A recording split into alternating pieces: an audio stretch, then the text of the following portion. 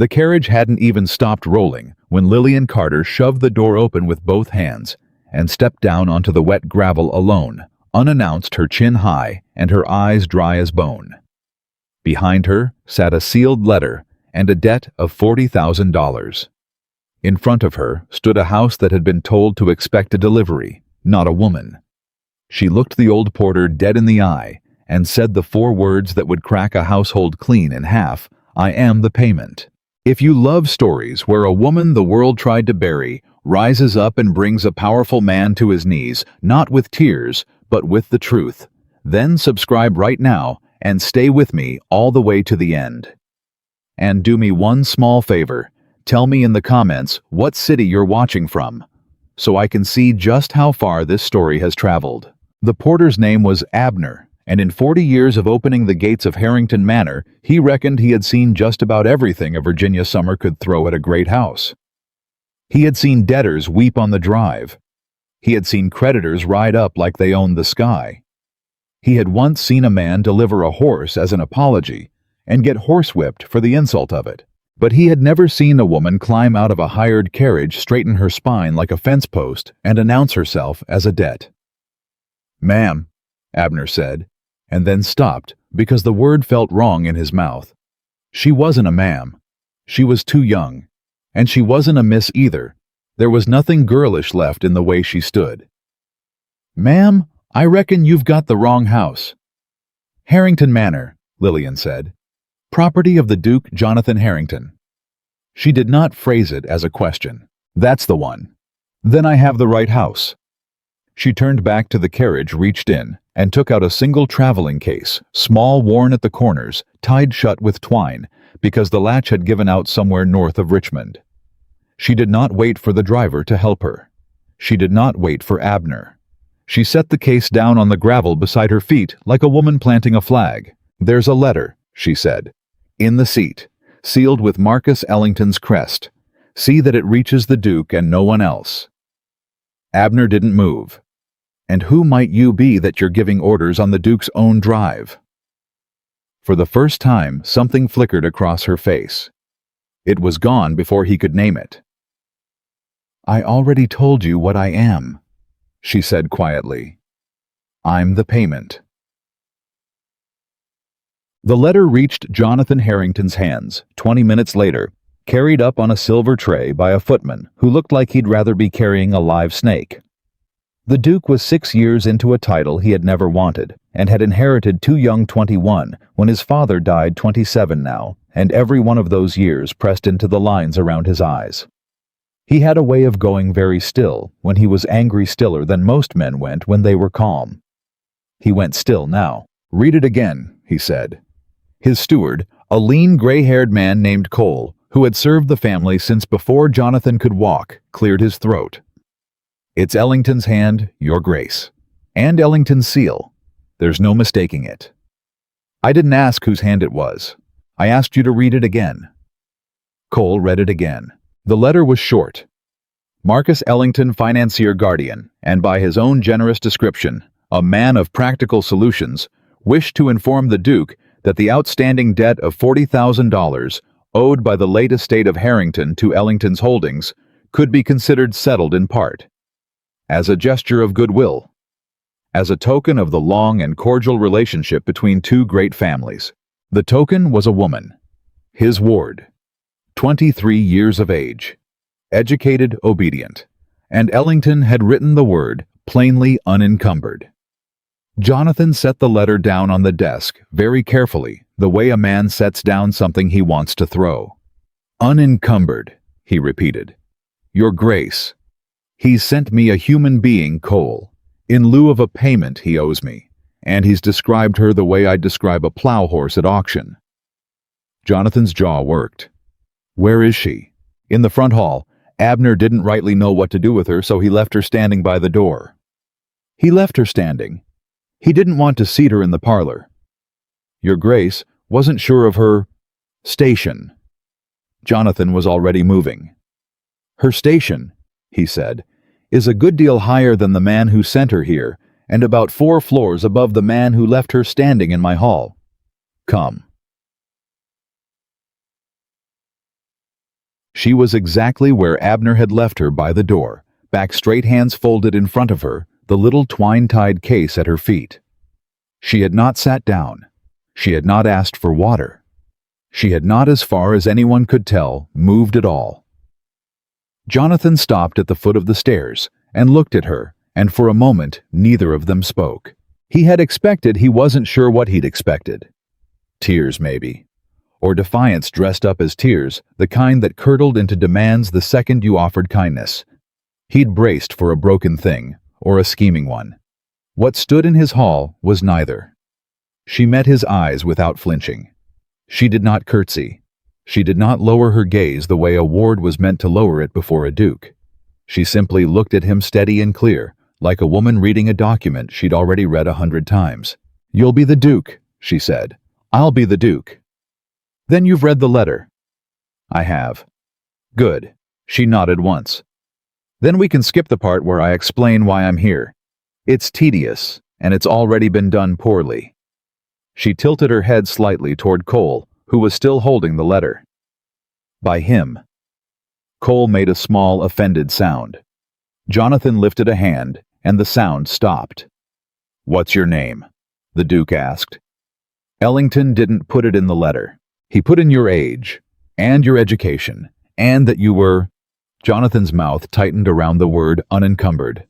"He did not, I notice, put in your name." Something moved behind her eyes again, that same flicker quick as a fish under ice. "No," she said softly. "He wouldn't have. A name makes a thing harder to sell." She lifted her chin a fraction higher. "Lillian Carter. Miss Carter?" Jonathan inclined his head, and he saw the small surprise that ran through her when he did it. The surprise of a woman who had not been bowed to in a very long time, if ever. "I want to be clear with you about something, and I'd rather do it now than let you spend a single hour under a wrong impression. Please, you are not a payment. There is no debt in this world, not $40,000, not $400,000 that can be settled with a person. Whatever arrangement Ellington believes he has made it with himself. I did not agree to it. I will not honor it. You are not mine, Miss Carter. You are not anyone's." He expected relief. He'd have settled for gratitude. Instead, Lillian Carter looked at him for a long moment. Looked at him the way a card player looks at a man who's just laid down a hand too good to be true. And then she said very quietly, "That's a fine speech, Your Grace. Truly. And if I were the girl you think I am, I'd be weeping on your floor with thankfulness right about now." She paused. "But you should know that turning me away doesn't free me. It just sends me back." The words landed in the hall like a stone dropped down a well. "Back to Ellington," Jonathan said. "Back to Ellington." She held his gaze. "Who has already told the county I'm gone. Who has already, I'd wager, drawn up papers explaining what became of me. A woman who's been given away and then returned is not a woman anyone comes looking for." She let that sit. "You can refuse to accept the debt, Your Grace. You cannot refuse to accept that I'm standing in your hall. And what you do with me in the next hour is going to decide a great many things you don't understand yet." Jonathan Harrington had been raised to read rooms the way other men read scripture. He was very good at it. And standing there at the foot of his own stairs, he had the distinct and deeply uncomfortable sensation that he was being read right back faster and with a colder eye. "You speak," he said slowly, like someone who's thought this through. "I've had a long carriage ride, Your Grace, and I've had 6 years before it." Lillian Bent picked up her little case and settled it against her hip. "I think through everything. It's the only thing Marcus Ellington never managed to take from me." He seated her in the library. Not the parlor was for guests, and she was something the parlor had no word for. Not the servants' hall, the very thought turned his stomach.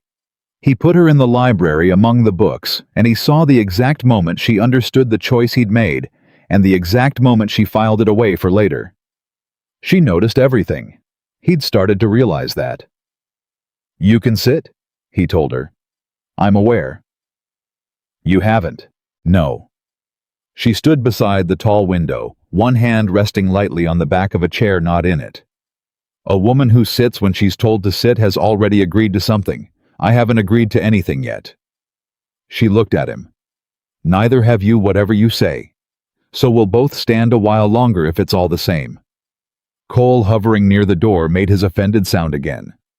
Jonathan waved him out of the room without looking at him. When the door had closed, the Duke crossed to the sideboard, poured 2 glasses of water from the pitcher, and carried one to her, not setting it down, but holding it out until she had no polite way to refuse.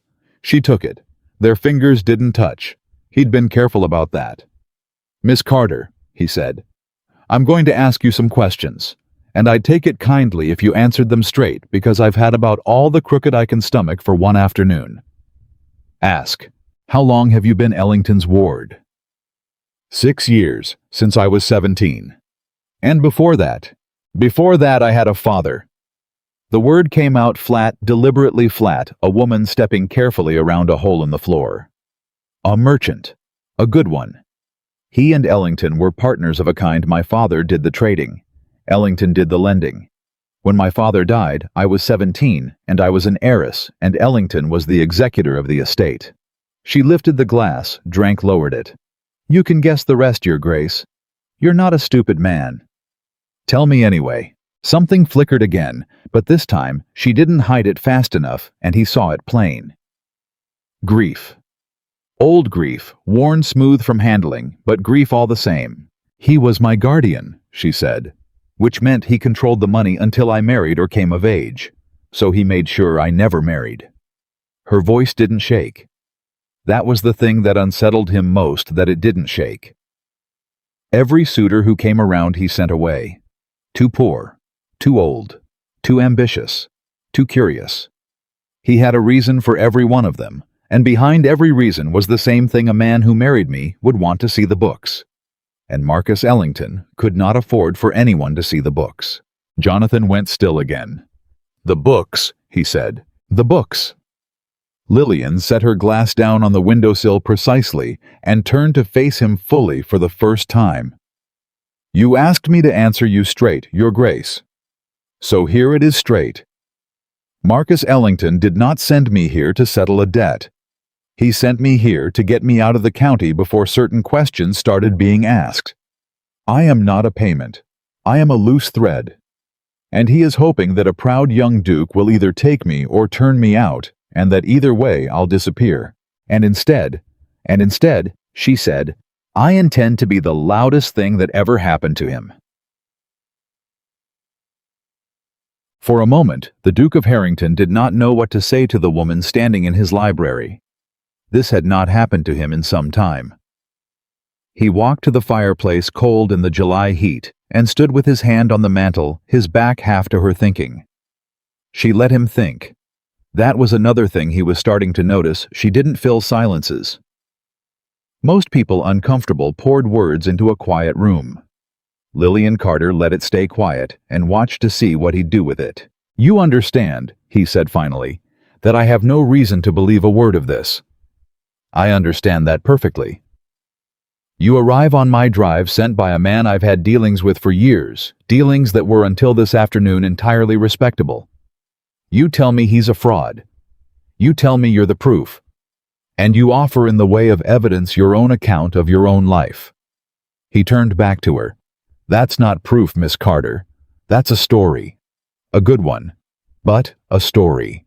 He watched to see if the accusation would rattle her. It didn't. If anything, something in her seemed to settle, as if she'd been waiting for exactly this, and was relieved to find him sharp enough to say it. "You're right," she said. "It is a story, and you'd be a fool to hang a man on it." She paused. "Would it change your mind if the story could be checked?" "Checked how?"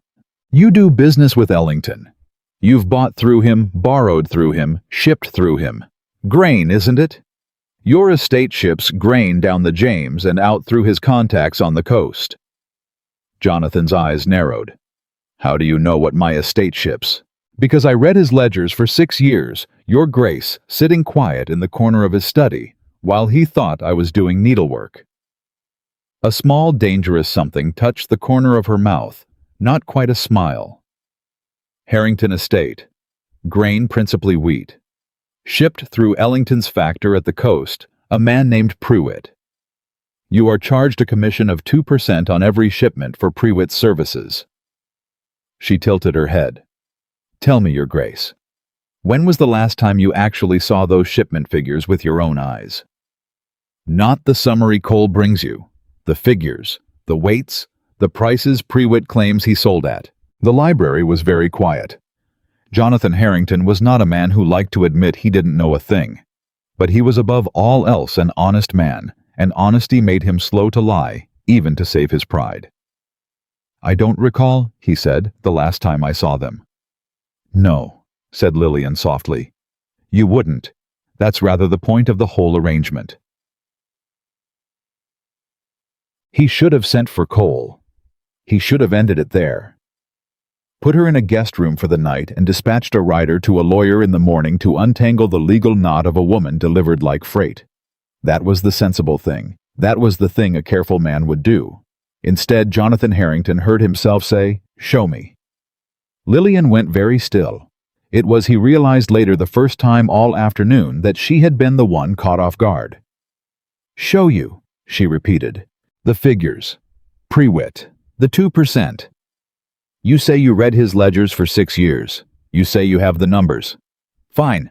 My own accounts are in this room, that cabinet there, the shipment records for the last 3 years. Show me where I'm being cheated." He folded his arms. "Or admit you can't, and we'll both know where we stand." For a long moment, she didn't move. And Jonathan understood, watching her, that he'd handed her something she hadn't dared to hope for so soon. She'd come expecting to fight for weeks to be believed. He'd offered her a ledger in her first hour. "You keep them in there?" she asked. "I do." "Unlocked?" "It's my own house, Miss Carter." "Yes." Something in her expression turned almost pained. "That's the mistake, Your Grace. That's always the mistake. Honest men leave their doors open, and then they wonder how the fox got in." She crossed to the cabinet. "May I?" "That's why we're here." She opened it. Her hands, he watched them, were absolutely steady. She drew out the shipment ledger, a heavy thing bound in brown leather, and carried it to the long library table. She didn't sit.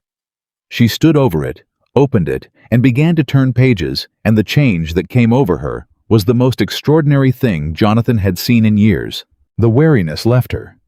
The careful stillness left her. In its place came something he could only call hunger.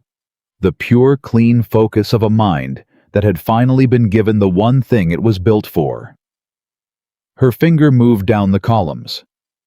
Her lips moved slightly silently, running the sums. She flipped back 3 pages forward, 6 back again. "Read to me," she said, not looking up. "The third entry from the top, March of last year, aloud." Jonathan came around the table and read. "Wheat 140 barrels, shipped the 9th of March, sold at the coast, the 22nd net proceeds after commission." Stop. Her finger pressed the page. Net proceeds of what? He read the figure. Lillian closed her eyes. For a moment, she looked almost tired, the tiredness of a person who has known a thing for years and is watching someone else discover it for the first time and cannot help but grieve a little on their behalf. "Wheat sold at the coast that week," she said. "In that market at that grade, went for a good deal more than that. I know because Ellington's own private ledger, the real one, the one Pruitt doesn't know exists, recorded the true sale price. Your factor sold your wheat high and paid you low. Your Grace." The difference didn't vanish. It went into Ellington's pocket, dressed up as market fluctuation. She opened her eyes and looked at him. On 140 barrels, in 1 week, in 1 entry out of 3 years of them. Jonathan Harrington stared at the ledger. Then he stared at her. "How much?" he said. His voice had gone quiet and dangerous. "Over 3 years. How much has he taken from me? I'd have to see all of it to be sure." She turned another page. "But if this entry is any measure, and I've no reason to think it isn't, then the answer is more than $40,000, Your Grace." She looked up and her eyes were steady as ever. "Which means Marcus Ellington doesn't owe you a debt at all. You've already paid it. Twice over. He simply never told you. Cole found them still in the library, an hour later. The Duke bent over the ledger with his sleeves pushed up. Lillian Carter beside him, a candle lit against the failing light, the two of them talking low and fast over the pages like conspirators. "Your Grace." The steward's voice was stiff with disapproval. "It's near supper. The staff wishes to know the young woman. Where is she to be lodged?" Jonathan straightened. He looked at Lillian. Lillian looked back at him, and neither of them spoke, and Cole watched the silence stretch between them with growing alarm. "Your Grace," Cole said again. "She was sent by Ellington. Whatever she's told you, forgive me, but a man does not hand over a ward for no reason, and I'd be failing my duty if I didn't say plainly that this has the smell of a trap. She could be his creature. She could be here to make you say something, or sign something, or trust something you oughtn't."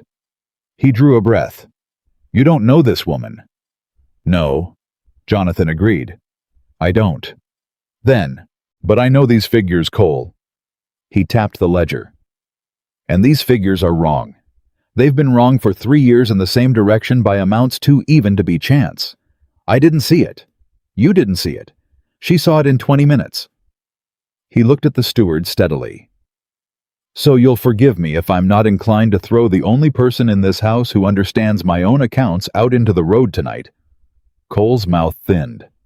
"And if she's lying, then she's the most useful liar I've ever met, and I'll deal with the lie when I find it."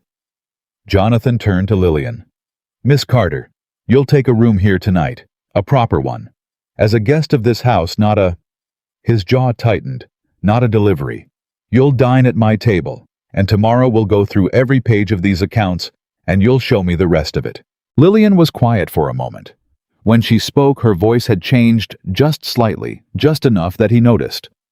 Some of the armor had come off it. "You believe me," she said. It wasn't quite a question. "I believe the ledger," Jonathan said. "You I haven't decided about yet." A pause. "But I'm inclined to. And that Miss Carter is more than I've been inclined to believe about anyone in a good long while. So don't waste it." Supper was a strange, quiet affair. She sat where a guest would sit, and she used the right fork without appearing to think about it, and she answered Jonathan's questions in a low, even voice, and Cole watched her the whole time, like a hawk watching a snake. It hadn't decided was dangerous yet. "You said Ellington keeps 2 ledgers," Jonathan said over the soup. "A false one and a real one. Most men like him do. The false one is for the world. The true one is for himself. He has to know what he actually has, or he can't spend it." Lillian set down her spoon.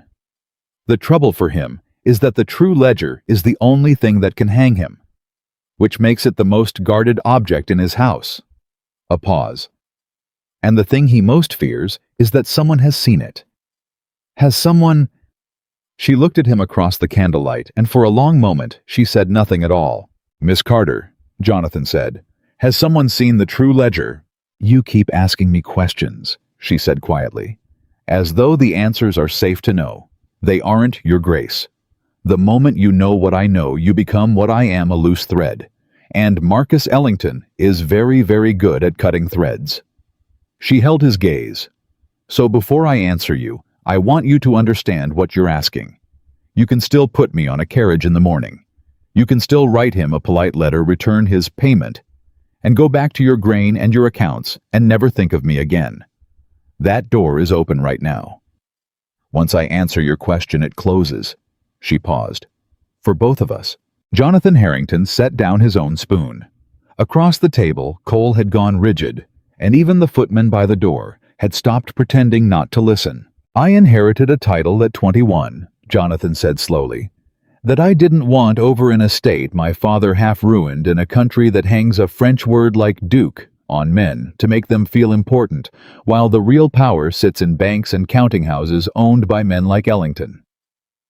For 6 years I've done my duty. I've paid my debts. I've kept my head down. And in one afternoon, a woman I've known for 3 hours has shown me that the man I trusted most with my money has been robbing me blind and laughing while he did it." His voice dropped. "You ask if I want the door left open. I'll tell you plainly, Miss Carter. I have spent 6 years being a careful man, and careful got me robbed. He leaned forward. Answer the question. The candle guttered. Lillian looked at him for a long, long moment. Then she reached up slowly to the collar of her traveling cloak, the same cloak she'd worn in from the carriage that she hadn't let out of her sight, that hung now on the back of her chair within arm's reach. Her fingers found the lining. And Jonathan, watching, understood all at once why she'd carried a case tied with twine and clothes worth nothing, and guarded a plain gray cloak like it was made of gold. Someone saw the true ledger. Your Grace, Lillian Carter said quietly. Someone spent 6 years copying it one figure at a time in the corner of his study while he thought she was doing needlework. Her hand stilled on the lining. And that someone, she said, is sitting at your table. Sure. Cole came to his master's study near midnight after the house had gone quiet, and Lillian Carter had been shown to a proper room with a proper lock on the door, a lock Jonathan had noted that she'd checked twice before letting the maid leave. Your Grace. The old steward's face was troubled. I've served your family 30 years. I helped bury your father. I'll speak plain if you'll let me. You always do. Speak. That woman is a loaded gun. Cole shut the door behind him. I don't say she's lying. God help us, I half believe her. And that's what frightens me. If she's telling the truth, then you've just brought the one piece of evidence that can destroy Marcus Ellington under your own roof. And Ellington is not a man who loses quietly. He stepped closer. He gave her away, Your Grace. Handed her to you like a parcel. Why, a man doesn't hand over the one witness who can ruin him. Unless he doesn't know she's the witness. Jonathan finished quietly. He was standing at the window looking out at the dark. Unless he thinks she's exactly what he described her, educated, obedient, unencumbered, a quiet girl who did her needlework in the corner and never made a sound. He turned. He never once imagined she was reading over his shoulder Cole. Because in 6 years, it never occurred to him that a woman he owned might be smarter than he was. Cole was silent. That's his mistake, Jonathan said. It's the only one he's made, and it's the one that's going to cost him everything. And if he realizes it, Cole pressed, if word reaches him that his payment has landed in the one house that keeps its own grain accounts, the one man in the county with reason to compare his numbers against Ellington's factor, how long before he understands what he's actually given away? A week less. The steward's voice dropped. He'll come for her, Your Grace. And when he does, he'll come for you too for the crime of listening. Jonathan Harrington was quiet for a long moment. Then he crossed to his desk, sat, and drew out a clean sheet of paper. Then we'd best move faster than he thinks we can, he said. Wake the boy. I want a rider on the road at first light, and I want him carrying a letter to the only lawyer in this state Ellington doesn't own. Cole stared. You mean to fight him? I mean to finish him. Jonathan dipped his pen, but quietly, carefully, the way she'd do it. He almost smiled, and there was no warmth in it. You were right about one thing, Cole. That woman is a loaded gun. He began to write. I just happen to think she's pointed in the right direction. Upstairs in a room she hadn't chosen, in a house she hadn't asked to enter, Lillian Carter sat on the edge of the bed with her cloak across her knees and did not sleep. She'd checked the lock twice. She'd checked the window. She'd counted the steps from the bed to the door out of an old habit 6 years deep. The habit of a woman who had learned young and hard that safety was a thing you measured, never a thing you assumed. For 6 years, she had lived inside a plan. Copy the figures, hide the copies, wait for a crack in the wall.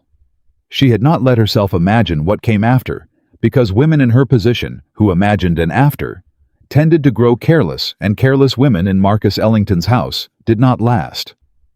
But tonight, for the first time, she let herself imagine it. Just for a moment, just a crack. She thought about the Duke bent over the ledger with his sleeves pushed up, saying, "Read to me," like a man who'd forgotten she was a payment and remembered she was a person.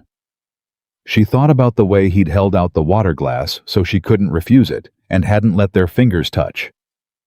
She thought about, "You are not anyone's."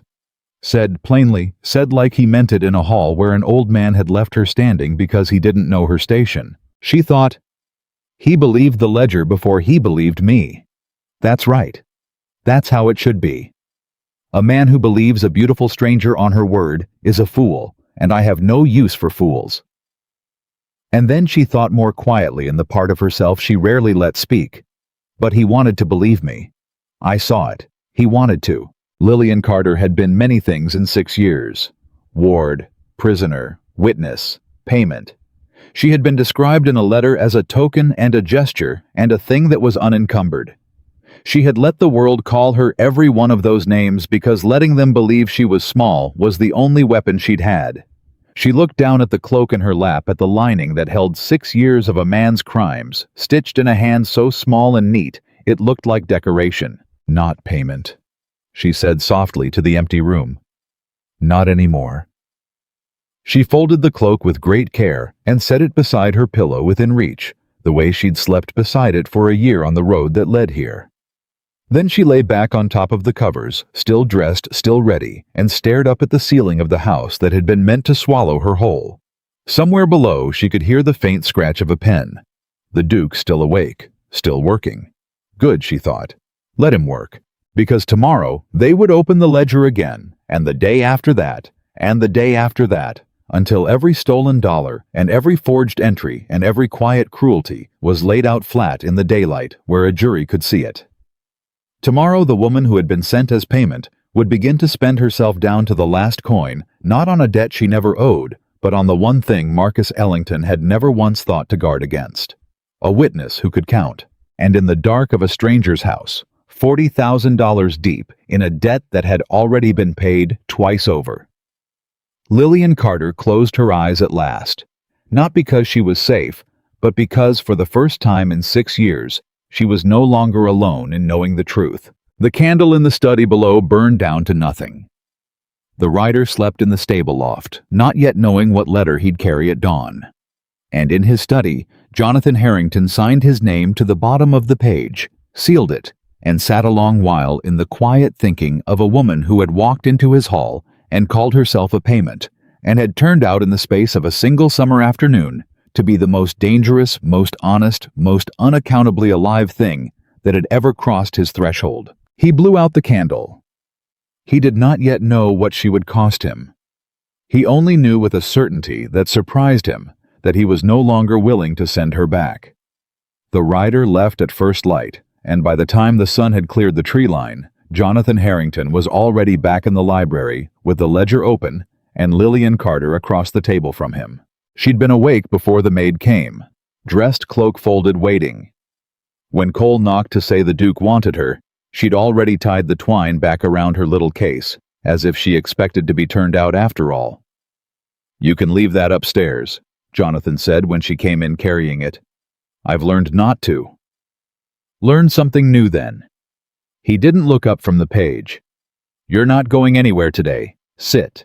She sat, but she set the cloak over the arm of her chair within reach, and he noticed that and said nothing. "I sent a letter this morning," he told her. "To a lawyer in Richmond, a man named Thomas Wren. Do you know the name?" Lillian went very still. "I know the name. Ellington doesn't own him." "Ellington tried." A pause. "Wren wouldn't be bought. My father used him once years ago before Ellington cut him out of the trade for exactly that reason. If your letter reaches him—" She stopped. "You told him nothing in writing. Tell me you told him nothing in writing." "I told him I had a matter of accounts I wanted reviewed and asked him to call in person. Nothing more." She let out a breath. "Good. A letter can be intercepted. A letter can be copied. You don't put a man's crimes on the road where his own riders travel." "I know that now," Jonathan said. "I didn't know it yesterday morning. You've made me a suspicious man in the space of a day, Miss Carter. I'm not sure whether to thank you." "Don't thank me yet." She pulled the ledger toward her. "You've no idea how deep this goes. Yesterday I showed you one entry, 1 week, 1 shipment. That was to see whether you'd believe me at all." She turned to the front of the book. "Today I'll show you the shape of the whole thing.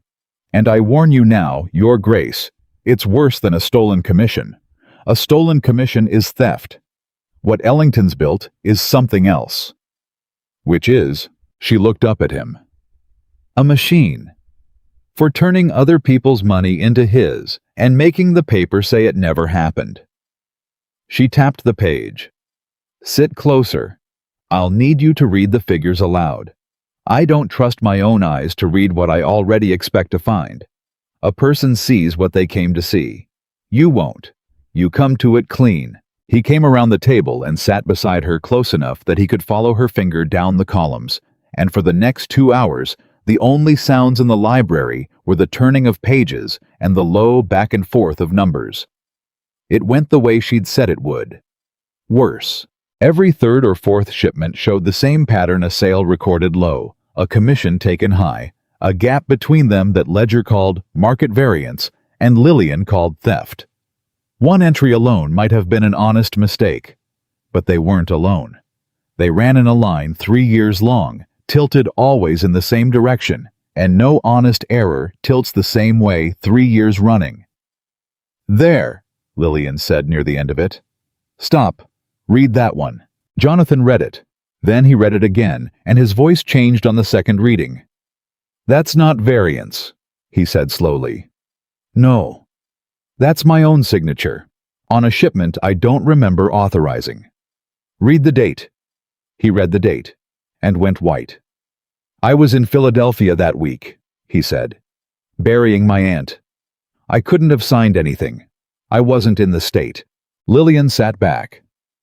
Now you understand, she said quietly. He wasn't only skimming your sales, Your Grace. He was forging your name, which means he wasn't just stealing from you. She held his eyes. He was building the paper to make it look like you were in on it, so that if it ever came apart, you'd hang beside him, or in his place. The silence in the library was total. Jonathan Harrington set the ledger down very carefully, the way a man sets down something he's afraid he might crush. How long, he said, have I been walking around with my own noose in another man's pocket? 3 years near enough. Her voice softened just slightly. You didn't see it because you weren't meant to see it. Honest men never do. That's the whole design. He counts on your honesty the way a thief counts on an unlocked door. She paused. I'm sorry, there's no gentle way to show a man that. No. Jonathan agreed. There isn't. He was quiet a moment. Then, unexpectedly, he almost smiled. But I'd rather see it and be angry than not see it and be hanged. So I find I'm grateful after all, Miss Carter. God help me. Something crossed her face, surprise quickly hidden. He was learning a woman who could hide almost anything except the moment right before she hit it. And in that half-second, before the shutters came down, he kept catching glimpses of someone who had not been surprised by kindness in a very long time. Before either of them could say more, Cole knocked and put his head in. Your Grace, there's a visitor at the gate. Jonathan looked up sharply. Wren already. He couldn't have... Not Wren, Your Grace. Cole's face was grim. A man named Pruitt. Says he's Mr. Ellington's factor from the coast. Says he was passing through and thought to pay his respects. A pause. He's asking Your Grace whether the young woman arrived safely. The library went cold. Lillian was on her feet before Jonathan was. She moved fast without a sound, and she had the cloak off the chair and folded under her arm, and the ledger closed and shoved back into the cabinet before Cole had finished the sentence. He's not passing through, she said low and quick. Pruitt doesn't pass through anywhere. Pruitt goes where Ellington sends him. He's here to see whether I arrived, whether I stayed, and whether I've talked. Her eyes cut to Jonathan. Which means Ellington's already nervous. Which means he sent Pruitt the moment the carriage left his gate.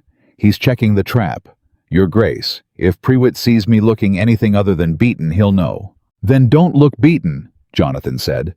Look nothing at all. Can you do that? Her mouth tightened. I've been doing it for 6 years. Then do it once more. He straightened his coat. Cole, show Mr. Pruitt to the front parlor. Not the library. Never the library. And Miss Carter. He looked at her. You'll come in on my arm. As my guest. Silent. grateful. A little frightened if you can manage it. Let him report back that the girl is exactly where Ellington wanted her, and exactly as broken as he hoped. Lillian looked at him for a long beat. Then something in her posture changed. Her shoulders came in her chin, dropped a fraction. Her eyes went soft and downcast, and in the space of a breath, she stopped being the woman who'd read his ledgers and became the thing the letter had promised. Educated, obedient, unencumbered, beaten. It was so complete that Jonathan felt the hair rise on his arms. "Like that," she said quietly, and even her voice had changed, smaller, lower, emptied out. "God," said Jonathan. "Yes, like that." He offered his arm. "Don't do it too well. You'll frighten me." The ghost of the real Lillian flickered behind the mask. "Then we're even, Your Grace. You've frightened me twice since breakfast." She took his arm. "Let's go and lie to a thief." Prewitt was a broad, soft-handed man with a smile that never reached his eyes, and a habit of looking at everything in a room except the person he was speaking to. He rose when they came in, made his bow, and let his gaze slide over Lillian in a single practiced sweep. Reading her, the way she read ledgers, Jonathan realized, checking columns. "Your Grace, mighty kind of you to see me unannounced." His eyes flicked to Lillian and away. "And this'll be Mr. Ellington's ward. He asked me to look in on her welfare. Feels a fatherly sort of responsibility, you understand." "How thoughtful of him," Jonathan said. "She's settling in all right." Prewitt's smile widened. He still hadn't looked at her directly. "Mr. Ellington does worry. She's a delicate sort. Nervous. Given to fancies, if I'm honest. He wanted me to warn Your Grace she'll say things sometimes. Imaginings. Best not to put stock in them." There it was. Jonathan felt Lillian's hand tighten a fraction on his arm, the only sign she gave. "Imaginings," Jonathan repeated. "Stories, Your Grace. About her guardian. About his business." Prewitt spread his soft hands. "Grief does queer things to a young mind. Her father's death hit her hard. Mr. Ellington's carried her ever since out of pure Christian charity, and she repays him with wild tales. It's a sorrow. He hoped a change of scene might settle her, and now Jonathan understood the whole shape of it. Ellington hadn't sent her here only to be rid of a loose thread. He'd sent her here poisoned, salted the ground first, so that if she ever did speak to him, to a lawyer, to anyone, she'd already been introduced as a hysterical girl who told wild tales. It was insurance. It was cruel, and it was clever, and Jonathan felt his temper rise like a tide. He let none of it show. "I appreciate the warning," he said smoothly. "She's said very little in truth, sits quiet, does her needlework." He patted Lillian's hand and felt her play along, shrinking further into herself. "I confess I'd wondered at Mr. Ellington's generosity. It's a relief to know it's only charity and not—" He let the word hang, "some scheme I ought to be wary of." Prewitt laughed too quickly. "No scheme, Your Grace. God, no. Just an old man's kindness and a foolish girl's fancies." "Then we understand each other perfectly," Jonathan said. He kept Prewitt another 20 minutes long enough not to seem eager to be rid of him, short enough not to give the man room to poke. He offered wine and steered the talk to grain prices and the summer's weather, and the whole time Lillian sat by the window with her hands folded and her eyes down, and became so thoroughly invisible that twice Prewitt seemed to forget she was in the room at all. When the factor finally rose to go, he made his bow to Jonathan, and then, as an afterthought, turned to Lillian. "You mind yourself, girl," he said, and there was something under the false warmth now, something with teeth.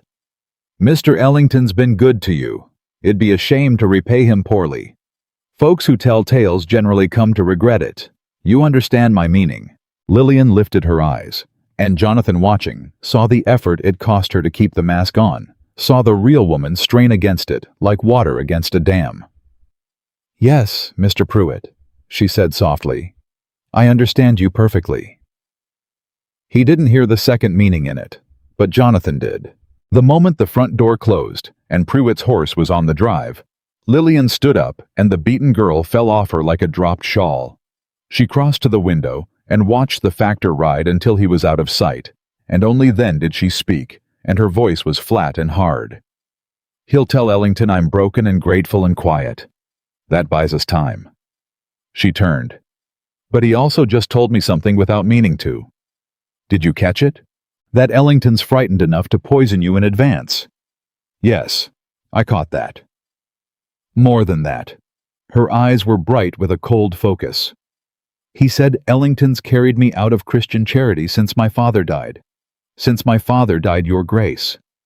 Not since my father's death, not since I was orphaned, since he died." She stepped closer. "Prewitt's a careful man.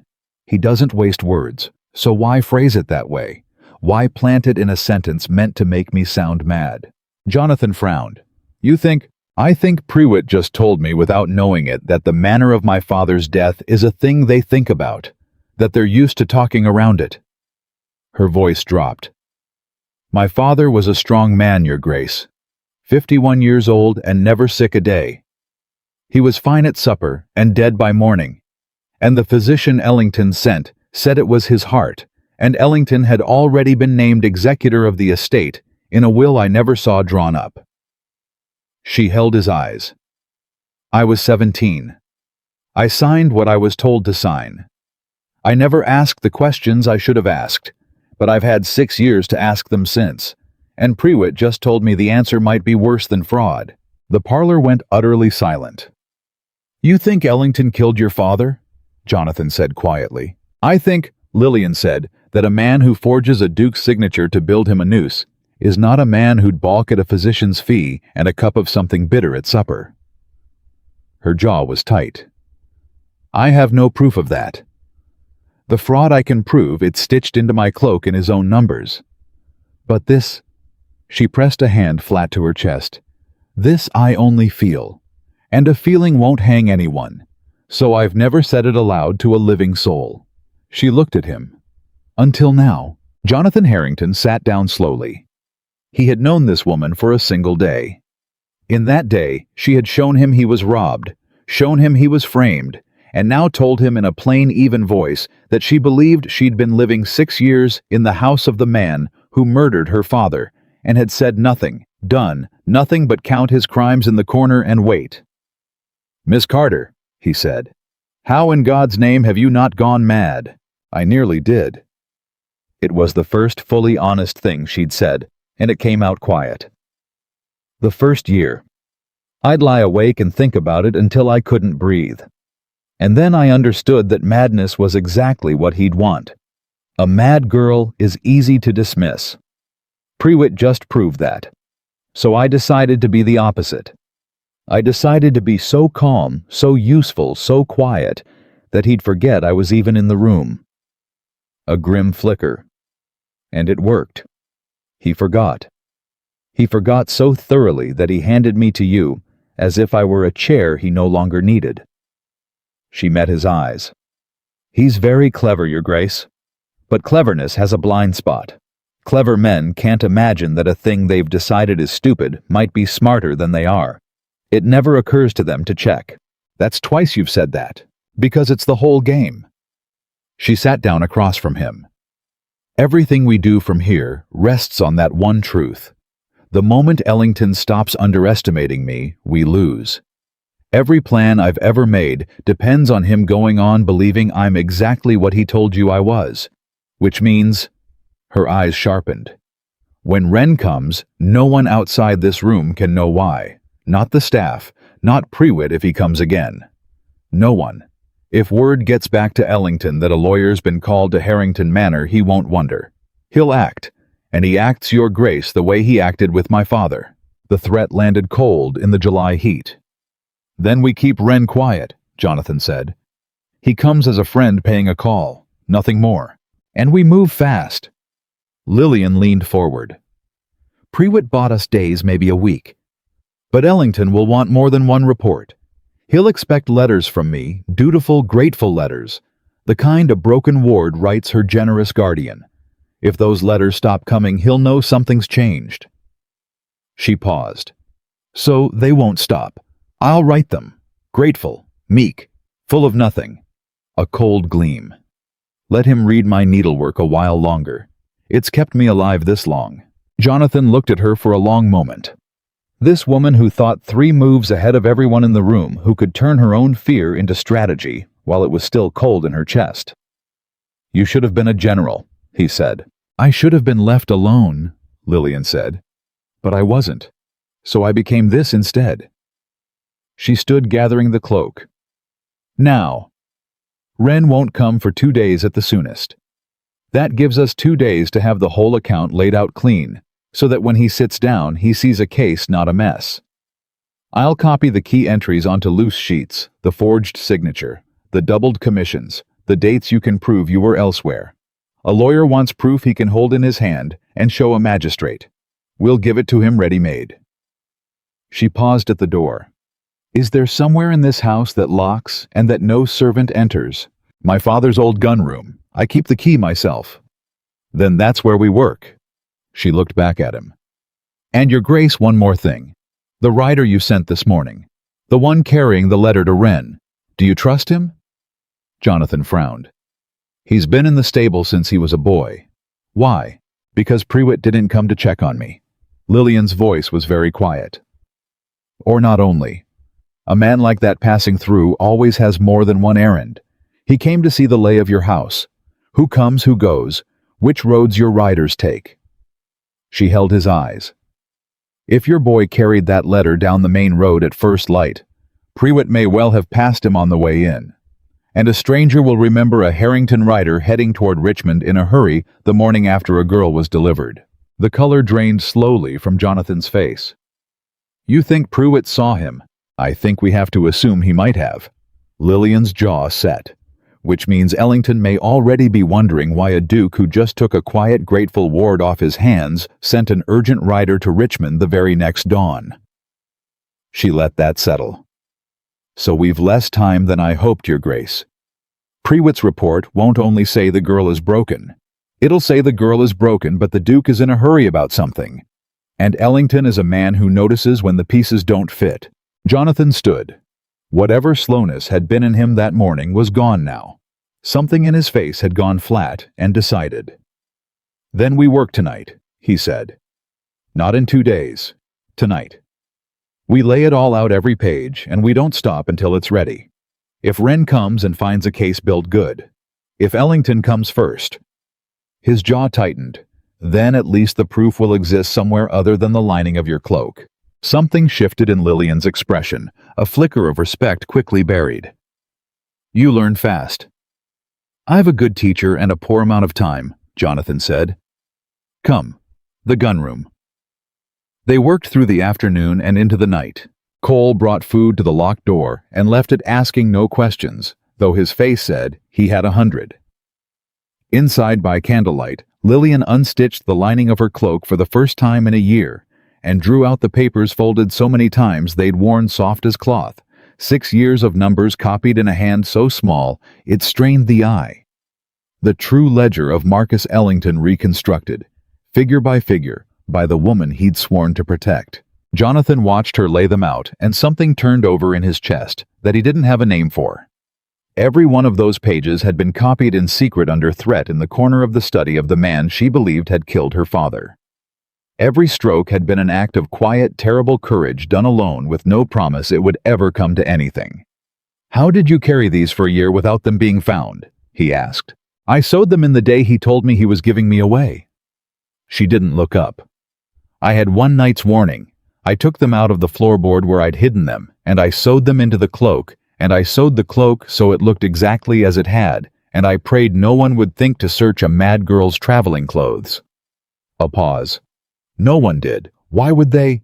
They weren't sending a witness anywhere. They were sending a chair." "And if they had searched you?" Now she looked up. "Then I'd be dead. Your Grace and Marcus Ellington would be pouring wine and telling everyone how the poor mad girl finally did herself a harm." Her voice was perfectly steady. "I've known that for a year. I carried them anyway, because the only thing worse than the risk of speaking was the certainty of dying silent and having 6 years of his crimes die with me in some ditch, and Marcus Ellington go on to do it to the next girl and the next." She smoothed a page flat. There'll be a next, Your Grace. Men like him don't stop. I couldn't stop him from taking my life, but I could make certain that if he did, he'd have to burn the evidence off my body to do it. And I gambled he wouldn't think to look. A grim, tired flicker. I won that gamble by being underestimated. It's the only game I've ever won. Jonathan Harrington was quiet for a long time. Then he reached across the table slowly, so she could stop him if she wanted, and set his hand flat beside hers on the worn papers, not touching her just there. "You're not going to die silent," he said. "And you're not going to die in a ditch. I'll tell you what's going to happen instead, Miss Carter, because I think you've spent 6 years unable to let yourself imagine an after, and someone ought to imagine it for you." His voice was low and certain. "Ren is going to sit at my table and read these pages, and he's going to see what you saw. And then quietly, carefully, we are going to build a case so complete that when it finally falls on Marcus Ellington, it doesn't just take his money. It takes his name, his standing, his liberty, and every lie he ever told about a delicate girl given to fancies. And when it's done," he met her eyes, "you're going to stand in a courtroom in the daylight with your own name and say aloud what you've spent 6 years whispering to no one. And the whole county is going to hear it." Lillian Carter stared at him, and for the first time since she'd stepped down onto his gravel and called herself a payment. Something in her face broke open just for a second, just a crack, and Jonathan saw underneath the strategy and the stillness and the 6 years of armor. Saw the 17-year-old girl who'd signed papers she never read and buried a father she'd never gotten to mourn because grief was a luxury a woman in her position could not afford. "You shouldn't promise that," she said, and her voice wasn't quite steady now. "You don't know that it's true." "No," Jonathan admitted. "I don't. But you've spent 6 years assuming the worst, and it kept you alive. Let me spend one night assuming the best. One of us should." He drew his hand back. "Now, show me the entry with my forged signature again. Ren will start there, and I want to be able to prove where I was to the hour." She looked at him a moment longer. Then slowly she pulled herself back together. He could see her do it, could see the armor come back piece by piece and bent over the papers again, and her voice when she spoke was even and clear once more. "Philadelphia," she said. "The week of your aunt's funeral. Who saw you there? Who can swear to it? Half the city, my cousins, the minister, the innkeeper where I stayed 9 days. Names. Write them down, all of them." She slid him a clean sheet. "A forged signature is only useful to him if no one can prove you were elsewhere. The moment we put 6 honest witnesses in Philadelphia against one forged mark in his ledger, the forgery stops being your noose and becomes his." A cold gleam. "That's how we turn his own weapon. Every lie he built to trap you, we make into a lie he has to explain. And a man explaining is a man losing."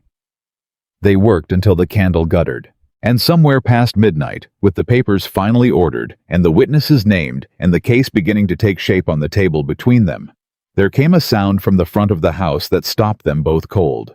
A horse. On the drive. At speed. In the dark. Lillian was on her feet instantly, sweeping the papers together with both hands. "Prewitt doesn't ride at night. Ellington's men don't ride at night unless—" A pounding at the front door, urgent, insistent. Jonathan caught her wrist the first time he'd touched her, and it was quick and steadying, not seizing. "The papers. Back in the cloak. Now. Whatever it is, no one sees these." She was already doing it, hands flying. He crossed to the gunroom door and listened. Voices in the hall below, Cole's low and sharp, and another breathless. He came back to her. "Cole's dealing with it. Are they hidden?" "In the lining, yes." She'd gone pale, but her hands were steady. "Your Grace, if it's Ellington's men, if he's moved already, then we hold the line and we don't panic." He said it quietly, firmly, and she looked at him, and he saw her decide to believe him. "You've been 3 moves ahead of everyone in this house for a day. Don't stop now. Whatever's at that door, we handle it the way you handle everything. Calm, quiet, underestimated." A faint, grim smile. "Let them think they've caught a broken girl and a foolish duke. Let them think it right up until it's too late. Bootsteps on the stairs. Cole's voice calling low. Your Grace? Your Grace, come quick. Jonathan opened the door. Cole stood there breathless, and behind him a mud-spattered stranger, and in the stranger's hand a letter, and on the letter Lillian saw it, and her breath stopped, not Ellington's crest. Thomas Wren's. He didn't wait for morning, Your Grace. The stranger gasped. Mr. Wren read your letter, and he says he's coming himself tonight riding through. He's but an hour behind me, but he sent me ahead to tell you. The man swallowed. He says, whatever it is, don't put another word to paper, and don't let the girl out of your sight. And above all, the writer's eyes flicked to Lillian, uncertain. Above all, he says, don't let anyone from Ellington's household near her. Not the factor, not a servant, no one. He held out the letter. He says he knows the name Ellington. He says he's been waiting 6 years for someone brave enough to move against him. And he says... The man hesitated. He says to tell the young lady that Thomas Wren remembers her father, and that he never once believed it was his heart. The letter trembled in the writer's outstretched hand. And Lillian Carter, who had not wept in 6 years. Not when her father died, not when she signed the papers, not when she was handed away like a chair. Not once, not ever stood in the doorway of a stranger's gunroom and felt her carefully built armor crack straight down the middle at last. She didn't cry. But she reached out and took the letter, and her hand was shaking, and when she spoke her voice came out barely above a whisper. He remembers, she said. Someone remembers. She looked up at Jonathan, and her eyes were bright and terrible. 6 years I thought I was the only one who knew. 6 years I thought I was carrying it alone. Her breath caught. And there was a man in Richmond this whole time who never believed the lie. Jonathan Harrington looked at her, at the shaking letter, at the cracked armor, at the impossible woman who'd walked into his life calling herself a payment and turned out to be the bravest, loneliest person he'd ever met, and he made a decision that would cost him more than he yet knew, and that he would never once regret. You were never carrying it alone, Miss Carter, he said quietly. You just hadn't found the rest of us yet. He turned to Cole. Wine and food for Mr. Wren when he comes. And build up the fire. It's going to be a long night. He looked back at Lillian. The kind I think that things turn on. Outside in the dark, an hour down the road, Thomas Wren was riding through the summer night toward a house where 6 years of silence were finally about to end, and where a man named Marcus Ellington, sleeping easy in his own bed 40 miles away, had no idea at all that the quiet, delicate, imagining girl he'd given away, like a piece of furniture, had just found the one thing he'd spent 6 years making sure she'd never have. Witnesses. Thomas Wren arrived just past 2 in the morning, and he was not what Lillian had expected. She had built a picture of him over the last hour, some grand grave man, silver and stern, the kind of lawyer who filled a room. What came through the door was a small, wiry man past 60, mud-to-the-knees hat, crushed in one fist with sharp black eyes, that took in the whole room in one pass and settled on her last and longest. He stopped 3 feet away. He looked at her for a long moment, and then to her astonishment, the old lawyer's chin trembled. You've got his eyes, Thomas Wren said. Samuel Carter's eyes. I'd have known you in a crowd of 1,000. His voice went rough. God almighty, girl, you're alive. I'd half convinced myself Ellington had put you in the ground beside your father years ago. Lillian's careful stillness cracked. You knew my father. Knew him. I did his legal work for 11 years. Wren's jaw worked. I drew up his real will. Not the one Ellington produced. The real one. He stepped closer. And in the real will, Miss Carter Marcus Ellington was not your guardian. He was not the executor. He was not left so much as $1. Your father named your aunt in Baltimore as your guardian and named me executor of the estate. His black eyes burned. The will that made Ellington your keeper was a forgery, and I have spent 6 years unable to prove it because the one witness who could you had vanished off the face of the earth. The room went utterly silent. Jonathan came half out of his chair. You're saying the entire guardianship was fraudulent from the first hour? Wren didn't take his eyes off Lillian. "Your father came to me a month before he died. He was frightened, Miss Carter. He'd found something in Ellington's accounts, a debt that didn't add up, money moving where it shouldn't. He was going to break off the partnership. He came to me to change his will and protect you before he did it." The old man's voice dropped. "He signed the new will on a Tuesday. He was dead by the following Monday. And a will I'd never seen naming Ellington your guardian appeared at the courthouse before your father was even in the ground." Lillian had gone white as bone. "You knew this. 6 years. You knew, and I could do nothing." The words came out of Wren like they'd been rotting in him for years. "I went to the magistrate. I said the will was false. And Ellington's men produced 2 witnesses who swore they'd watched your father sign it, and a physician who swore to a natural death, and a bereaved guardian weeping crocodile tears over a poor orphaned girl he'd generously agreed to raise." His hand shook. "It was my word against a mountain of paper. And then you disappeared, shut up in his house, never seen in town, and the story went round that grief had made you simple, that you couldn't be shown in public. I couldn't even reach you to ask what you'd witnessed. For 6 years, I've carried the certainty that Samuel Carter was murdered and his daughter stolen, and not one scrap of proof to hang it on." His black eyes filled. "And now you walk out of the dark carrying what?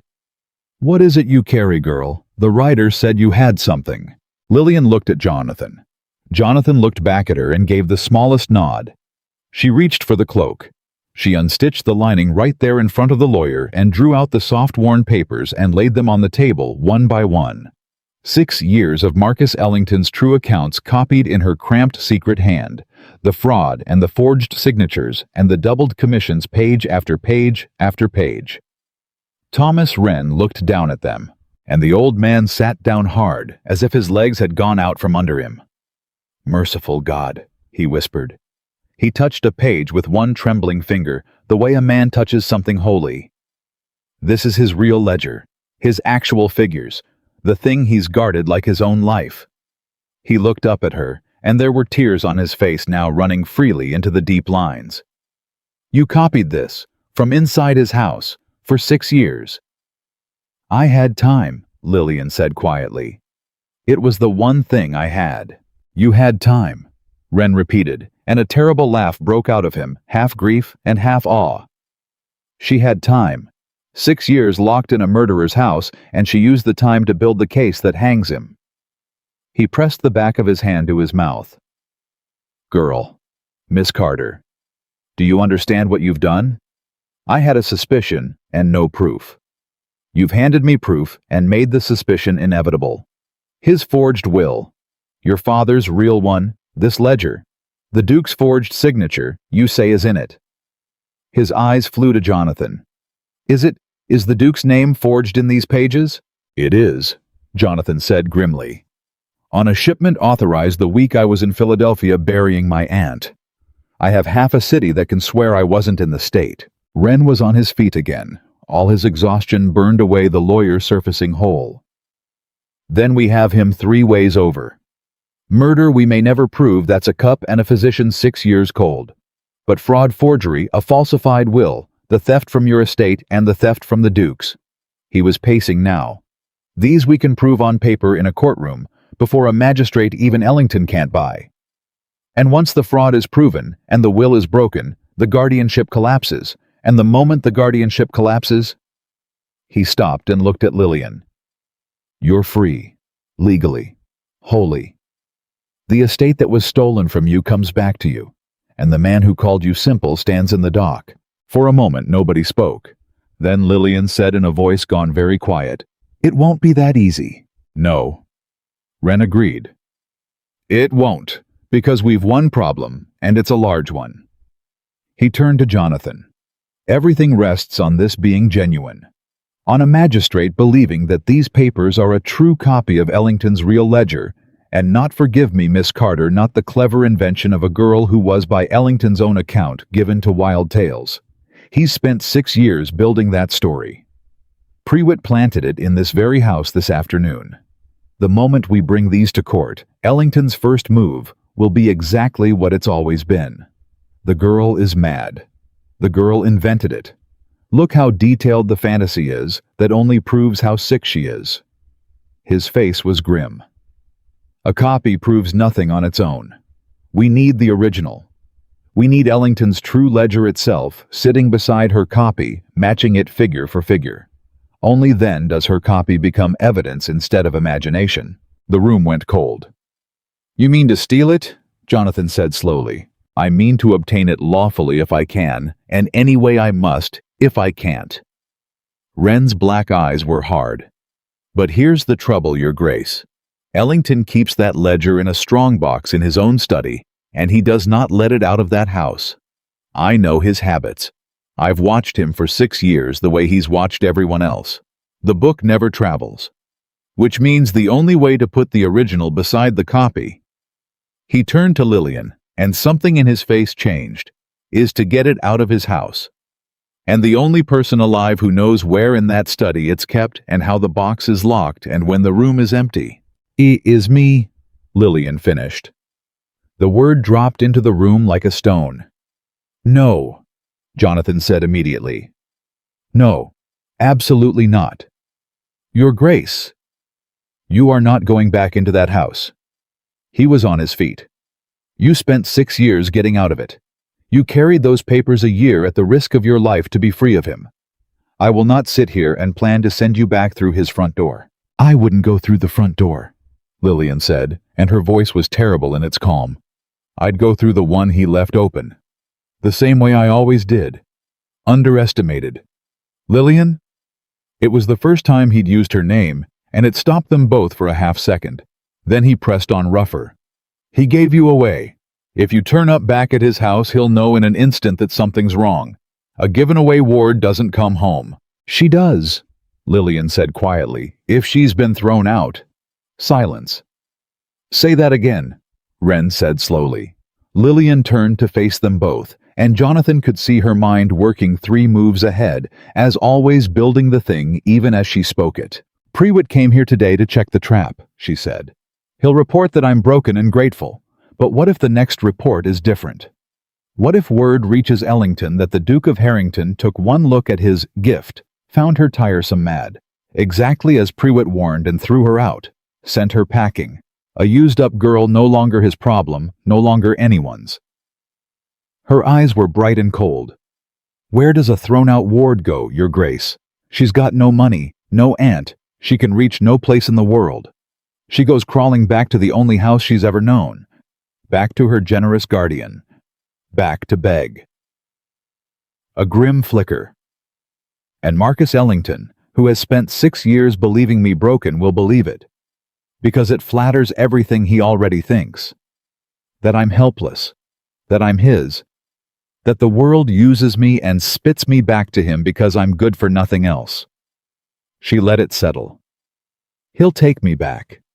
Not out of kindness, out of contempt. And contempt, Your Grace, is a door left open." Jonathan stared at her. "And once you're inside, once I'm inside, I'm the quiet mad girl again doing needlework in the corner forgotten within a day. And within that day I'll have the ledger out of the box and out of the house." She turned to Wren. "How long would you need it, to copy it, to have a magistrate see it beside my copy, to prove they match? An hour with a clerk and a witness. No more. An hour." She nodded, slow. "I can buy an hour. He goes to his club every Thursday evening. The study sits empty 3 hours at least. If your man waits at the boundary of the property, this is madness," Jonathan said. But the word came out weak because he could already see it working, could see the terrible elegance of it, and he hated that he could see it. "If he catches you, if any part of it fails, Lillian, he killed your father. You said so yourself. You'd be walking back into the house of a man who murders carrying the one thing that can hang him, betting your life on him being too proud to look closely." His voice broke rough. "That's not a plan. That's a coin toss with your own neck. Everything I've done for 6 years has been a coin toss with my own neck," Lillian said. "Carrying those papers was a coin toss. Getting out was a coin toss. This is just one more, and it's the last one, and it's the only one that finishes it." She held his eyes. "You promised me something tonight, Your Grace. You said I'd stand in a courtroom in the daylight and say aloud what I've whispered for 6 years. Well, this is how. There's no other how. Wren's just told you without the original my copy is a madwoman's fantasy. With it, it's a rope, and the only hands that can put them side by side are mine." Her voice softened just a fraction. "You wanted to imagine an after for me. I'm telling you, the road to it runs back through his front door one last time. I don't like it either. But wanting a thing to be otherwise has never once made it so. Not for me, not ever." Jonathan Harrington looked at her for a long, long moment. And Thomas Wren, watching the two of them, saw something pass between them that made the old lawyer go quiet and careful, because he'd seen that look before long ago, and he knew how much it complicated everything. "There's another way," Jonathan said finally. "I go to the magistrate now, tonight, with what we have. I'm a duke. My word carries weight. Ellington's doesn't. I swear to the forged signature, Wren swears to the false. Will we present the copy, and we demand the court seize the original from Ellington's house lawfully. And the moment a magistrate's order reaches Ellington's door," Wren said heavily, "the ledger goes into the fire. Your Grace, I've watched this man for 6 years. The instant he knows he's suspected, that book burns, and every scrap of proof with it, and then it is only her word against his, her the mad girl against him, the grieving guardian and respected financier. We'd have tipped our hand and armed him in the same breath." The old man shook his head. "A lawful seizure only works if it's a surprise. And it can't be a surprise because the law requires we tell him first. That's the trap of it. The law that should protect her is the very thing that warns him." He looked at Lillian. "She's right, God help me. The only way to get that ledger is to get it before he ever knows we want it. And the only person who can do that quietly is someone he'd never suspect of wanting it at all." The fire cracked in the grate. Jonathan sat down slowly. He put his head in his hands for a moment, and when he looked up, his face had changed. The resistance had gone out of it, replaced by something grimmer and more frightened and more resolved all at once. "If we do this," he said very quietly, "we do it my way in one respect. You do not go alone, and you do not go without a way out." He turned to Wren. "How far is Ellington's house?" 40 miles. A long day's ride or a hard half a night's. Then here's how it goes." Jonathan stood, and the master of the house came into him, the man who'd inherited a title too young and learned to carry it. "We spread the story exactly as she says, that I threw the mad girl out. We let it reach Ellington on its own time, through Prewitt, through gossip, the way such stories travel. We do not rush it because a rushed story is a suspicious one. Lillian goes back only when Ellington himself has heard it and believes it and expects her. Not before." He looked at her. "And when she goes, I will be 40 miles away at an inn near his boundary with Wren, with a clerk, with a magistrate's man, if we can find an honest one, and with fast horses. She gets the ledger out on the Thursday he's at his club. She brings it to the boundary. We copy it, we witness it, we swear to it, and by the time Ellington's home from his brandy, the original's back in its box, and he never knows it left." His jaw tightened. "And she never spends a single night under his roof, in and out in the empty hours. That's the only version of this I'll allow. Take it or leave it, Miss Carter, but I'll not plan your death, however clever the plan." Lillian looked at him, and slowly something in her expression eased, not much but enough. "In and out in the empty hours," she agreed quietly. "No nights, horses at the boundary." She almost smiled. "You've a general in you after all, Your Grace." "I've a terrified man in me," Jonathan said flatly, "who's agreeing to a plan he hates because he can't think of a better one. Don't mistake it for calm." He turned to Wren. "How long to set the story running and let it reach him truly? A week, perhaps 10 days. Wren rubbed his face. "Prewitt reports to him regular. If the tale of the thrown-out girl starts in the right taverns, it'll reach Prewitt's ears within days, and Ellington's within a day of that. But it can't come from us. It has to come from the world." He looked at Jonathan. "Which means, Your Grace, that you'll have to be seen to throw her out." Publicly. Cruelly, even. Somewhere Prewitt's people will hear of it. His face was grave. You'll have to become for a little while exactly the kind of man Ellington would expect. The proud duke who found a mad woman on his doorstep and wanted no part of her. It won't be pleasant, and it may not be easy to undo in people's minds later. Jonathan was quiet a moment. Then he looked at Lillian, and something passed over his face. Reluctance, and under it something raw. "I'll say whatever needs saying," he said. "In front of whoever needs to hear it. I'll play the cold man who threw you out." His voice roughened. "But you'll know it's not true. Whatever I say in some tavern doorway loud enough for Prewitt's people to carry back, you'll know I don't mean a word of it." He held her eyes. "I need you to know that going in. Because there'll be a moment, Miss Carter, when I have to look at you in front of witnesses and say something cruel enough to be believed. And I need you to hear the real thing under it. Can you do that? Can you hear the lie for a lie, even when it's aimed at you?" Lillian Carter, who had spent 6 years wearing a mask, looked at the man asking her to trust him through one. "I've spent my whole life," she said slowly, "learning to hear what people really mean under what they say. It's the only skill Ellington never managed to take from me." A pause. "I'll hear you, Your Grace. Say your cruel words. I'll know them for what they are." Her voice dropped. "Just..." And here for the first time, something almost vulnerable came into it. "Don't make me hear them so well that even I start to believe them. I've been called mad and useless and given away, and payment so many times that some days I half believe it myself. So say the lie. But say it in a way I can survive." Something moved in Jonathan's chest that he had no name for. "I'll say it," he said quietly. "In a way you'll never once believe. I promise you that." He straightened. "Now, Wren the story. Lillian the plan of the house. I want to know every room, every servant, every hour. Ellington keeps the exact place that box sits, and the exact way that lock turns. If we're going to send you back into a murderer's house, we're going to send you back knowing more about it than he does. We waste nothing. We assume nothing. And we do not move until every piece is set." They worked till dawn. Lillian drew the house from memory. Every corridor, every door, the study with its strongbox, the hours the servants kept the Thursday club that emptied the place. Wren questioned her like a witness, sharp and relentless, hunting for the gap in the plan, and every gap he found she'd already thought past. Jonathan listened, and pressed, and pushed, and slowly, terribly, the thing took shape between the three of them, a plan built on a single fragile, brilliant premise. That the surest way past a man's guard is to be the thing he's already decided is beneath his notice.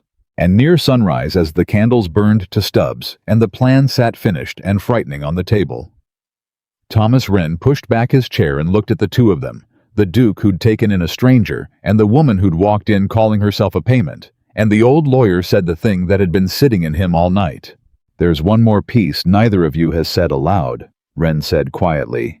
"And I'll say it because I'm old and I've buried a friend, and I'll not watch this go wrong for want of plain speaking." He looked at Jonathan. "You care for this woman, Your Grace. More than a day's acquaintance ought to allow. I've watched you argue against a plan all night that you know is sound purely because it puts her in danger. That's not the caution of a man protecting a witness. That's something else." His black eyes turned to Lillian. "And you've let a man promise you an after, and half believed it, when you've not let yourself believe in an after for 6 years. That's not the trust of a witness in her lawyer's client. That's something else too." The room went very still. Neither of them spoke. "I say it." Wren went on gentler now. "Not to shame you, but because it's the crack Ellington could pry open if he ever saw it. He's a man who's built his whole life on knowing what people want and using it against them. If he ever learns that the Duke of Harrington cares whether this girl lives or dies..." His voice dropped. "Then she stops being a mad girl he underestimates and becomes a hostage he can use. Your care, your grace is the one thing that could get her killed. So I'll ask you both plainly, and only once." He looked between them. Can you set it aside, for as long as this takes? Can you look at each other in front of the world and show nothing, no matter what you feel, until Marcus Ellington is in chains and this girl is free? Because if you can't, then the cleverest plan in the world won't save her. The only armor she's got is his contempt. And the fastest way to strip it off her is to let him see that a great man's heart hangs on her living. For a long moment, neither of them looked at the other. Then Lillian spoke, and her voice was steady, and only Jonathan, who was learning to hear what she really meant, caught the cost of it. "I've hidden everything I've ever felt for 6 years, Mr. Wren," she said quietly. "I hid grief. I hid fear. I hid a whole self behind needlework in a corner. I can hide one thing more." She did not look at Jonathan as she said it. "I can hide it as long as it takes." And Jonathan Harrington, who had spent one single day in this woman's presence and found the whole shape of his life rearranged around her, looked at the table and not at her, and said in a voice scraped flat and even, "So can I."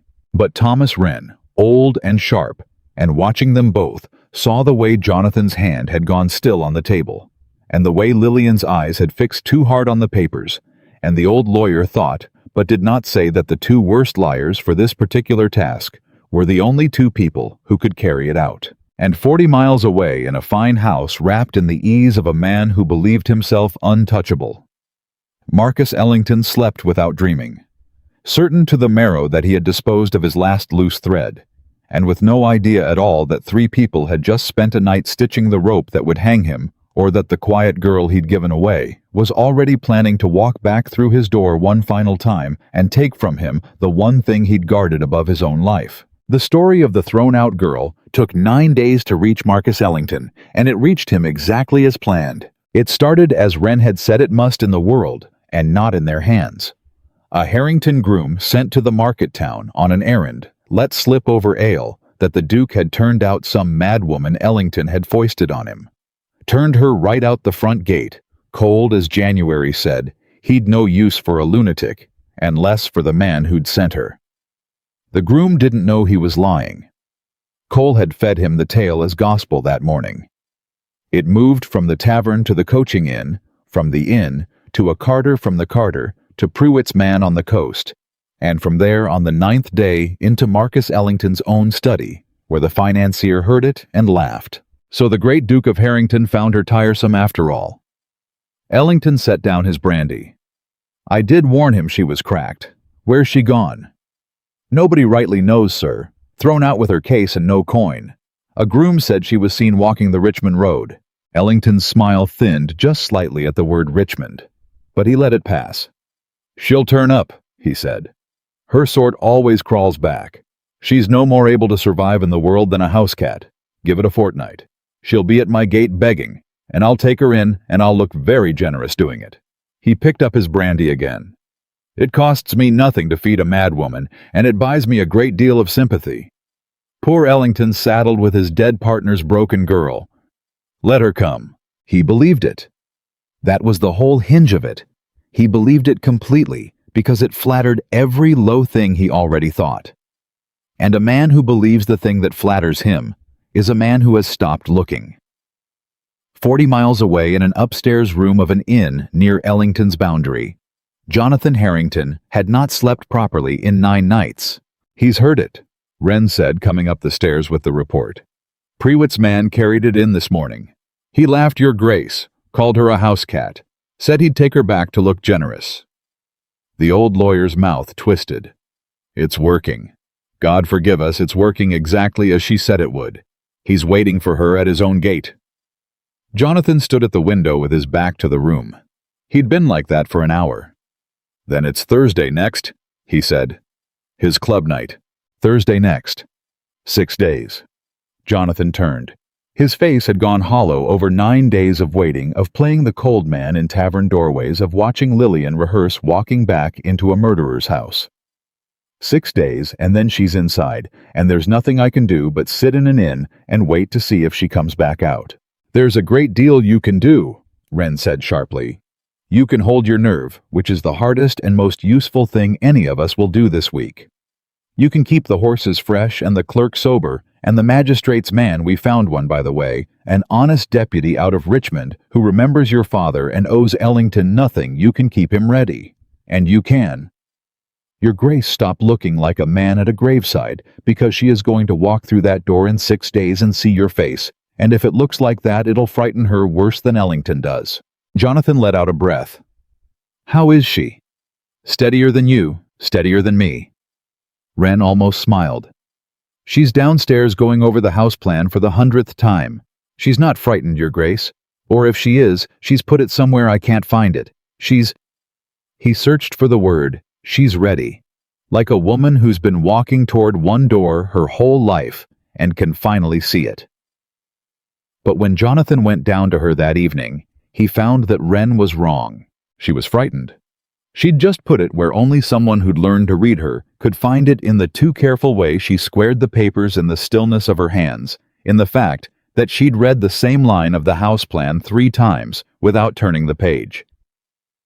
You don't have to do this, he said quietly, sitting across from her. We've had this argument 9 times. We're having it a 10th. Lillian set down the paper. Your Grace. Jonathan. He said it low. For God's sake, after 9 days of this and 6 more coming, and you about to walk into the house of the man who killed your father on a plane I helped build, you can call me Jonathan when it's the 2 of us. I'd take it as a kindness. She was quiet a moment. Jonathan, she said, and it came out careful like a word in a language she was still learning. I don't have to do this. That's true. I could take the papers I have and run to my aunt in Baltimore or West or anywhere. I could be a free woman by Christmas and never look back. She met his eyes. And Marcus Ellington would go on. He'd bury the fraud, keep the estate he stole from me, and find another partner with another daughter, and do it all again. And I'd spend the rest of my life a free woman who ran. I've thought about it. God knows I've thought about it. Her jaw set. But I didn't carry those papers for a year at the risk of my life to run. I carried them to finish it. And finishing it means the ledger. There's no version where I finish it from a distance. She held his gaze. So no, I don't have to do this. I choose to. There's a difference, and I need you to see it, because if you keep looking at me like I'm being sent to the gallows, I'm going to start feeling like it, and I can't afford to feel like it. Do you understand? Jonathan looked at her for a long moment. I understand, he said finally. I don't like it, but I understand it. He leaned forward. Then let me give you one thing, since you won't take safety. In 6 days, when you're inside that house, you won't be alone in it. Not really. I'll be at the boundary close enough that if it goes wrong, I can be at his door in 20 minutes. Wren will be there. The deputy. You get the box open, you get out. You get to the fence, and we're there. All of us. You've been alone in that house for 6 years, Lillian. This time you won't be. His voice dropped. This time, when you walk out of Marcus Ellington's house, there'll be people waiting who came for you, not for the ledger, for you. I need you to carry that in with you. Something cracked in her carefully composed face. You keep doing that, she said, and her voice wasn't quite steady. Doing what? Saying the thing I didn't know I needed to hear until you'd said it. She looked away, blinked hard, looked back. I've spent 6 years making sure I never needed anyone. It was safer. You can't be betrayed by help you never asked for. She swallowed. And now here you are 6 days from the worst thing I've ever chosen to do, telling me I won't be alone in that house, and I find She stopped, started again. I find it matters more than the plan, more than the ledger, that someone will be waiting. It shouldn't matter that much. But it does. For a moment, they just looked at each other across the table. And Jonathan, who had promised Thomas Wren he could show nothing, felt the whole promise strain against a thing far larger than a plan. Lillian, he said very quietly. Don't.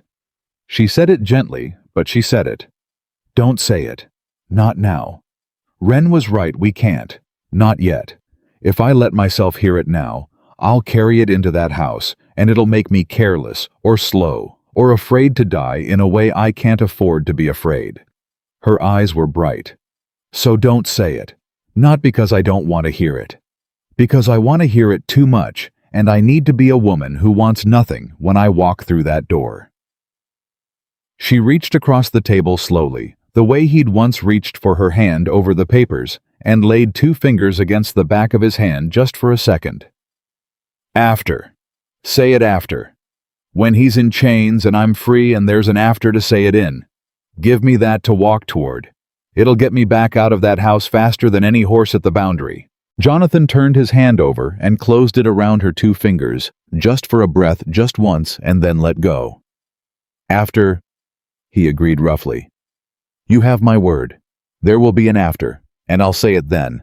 6 days later on a Thursday evening, with Marcus Ellington gone to his club, and the summer light going long and gold over his fine stolen house, Lillian Carter walked back through his front gate, carrying a battered case tied with twine, and wearing the face of a woman who'd been thrown out and had nowhere left to go. The butler who opened the door had known her 6 years. He looked at her with the mild contempt reserved for a returning failure. "So you're back," he said. "The master said you'd come crawling." "I've nowhere else," Lillian said, and made her voice small and cracked, and it cost her nothing she'd worn this mask 10,000 times. "The Duke turned me out. Please, just let me wait for Mr. Ellington. Let me wait somewhere. I'll not be any trouble." The butler sighed the sigh of a man put upon. "Wait in the study then, out of the way, and don't touch anything. The master's at his club. He'll be back by 10 and he'll deal with you then." He turned to go, then added cruel and offhand, "And don't go telling your tales to the staff. Nobody here believes them. Nobody ever did." "No?" Lillian said softly. "Nobody ever did."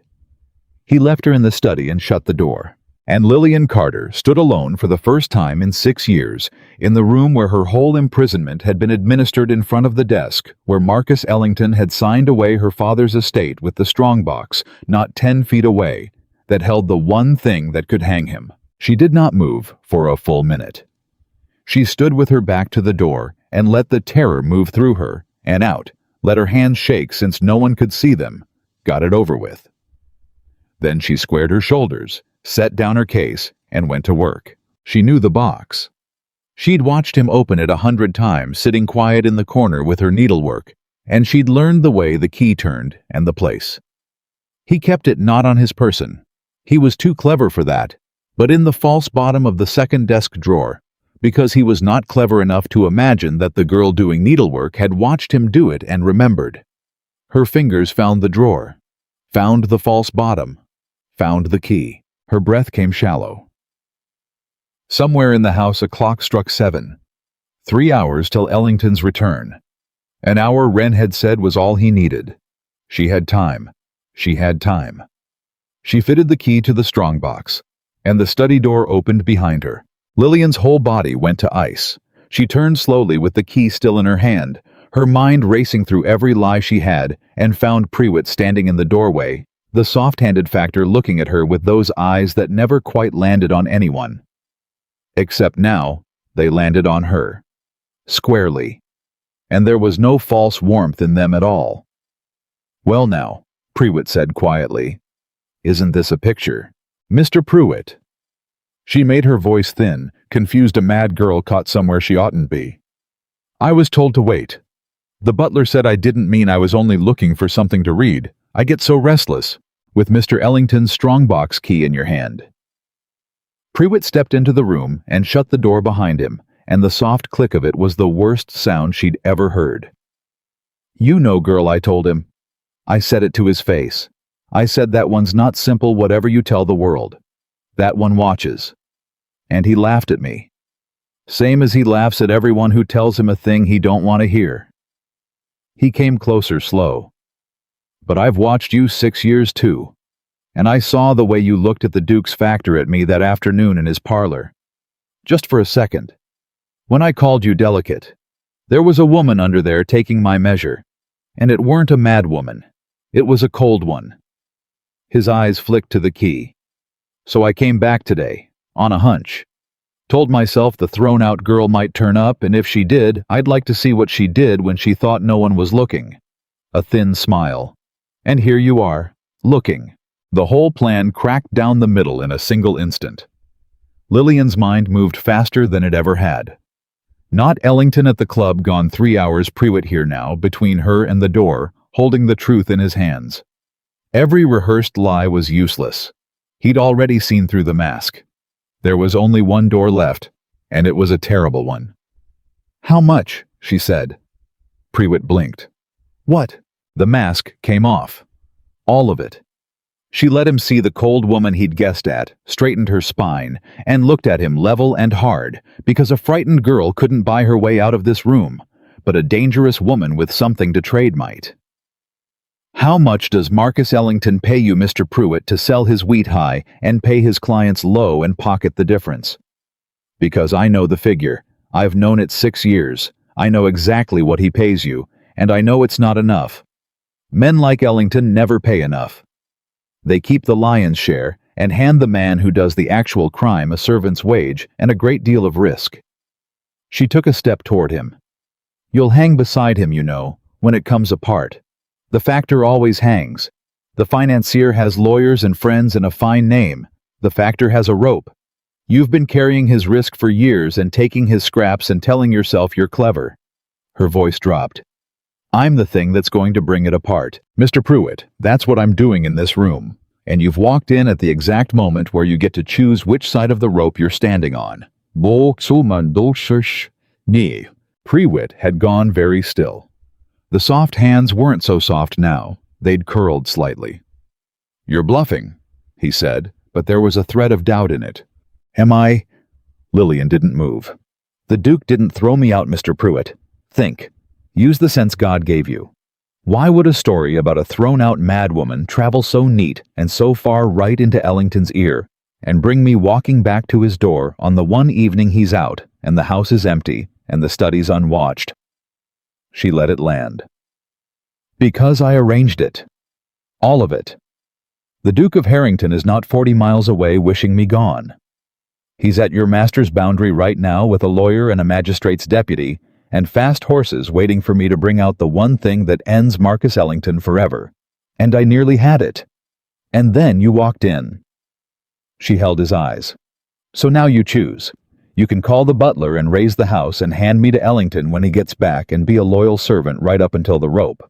Or you can stand aside for the next 10 minutes. Let me do what I came to do and walk out of this, the one factor in the whole rotten business who was clever enough to jump before the ship went down." A pause. "I can put your name in the right ears, Mr. Pruitt. The Duke's ears. The deputy's. He turned when it mattered. He helped. That's the difference between a witness and a defendant. And I'm the only person alive right now who can hand you that difference."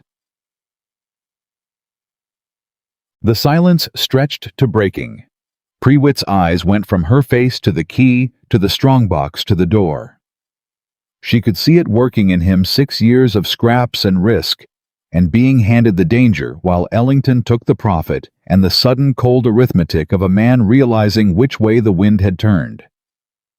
"Ellington killed your father," Pruitt said abruptly. "Didn't he? That's what this is. That's what it's always been." Lillian went still. "I never knew for certain." Pruitt went on quieter now.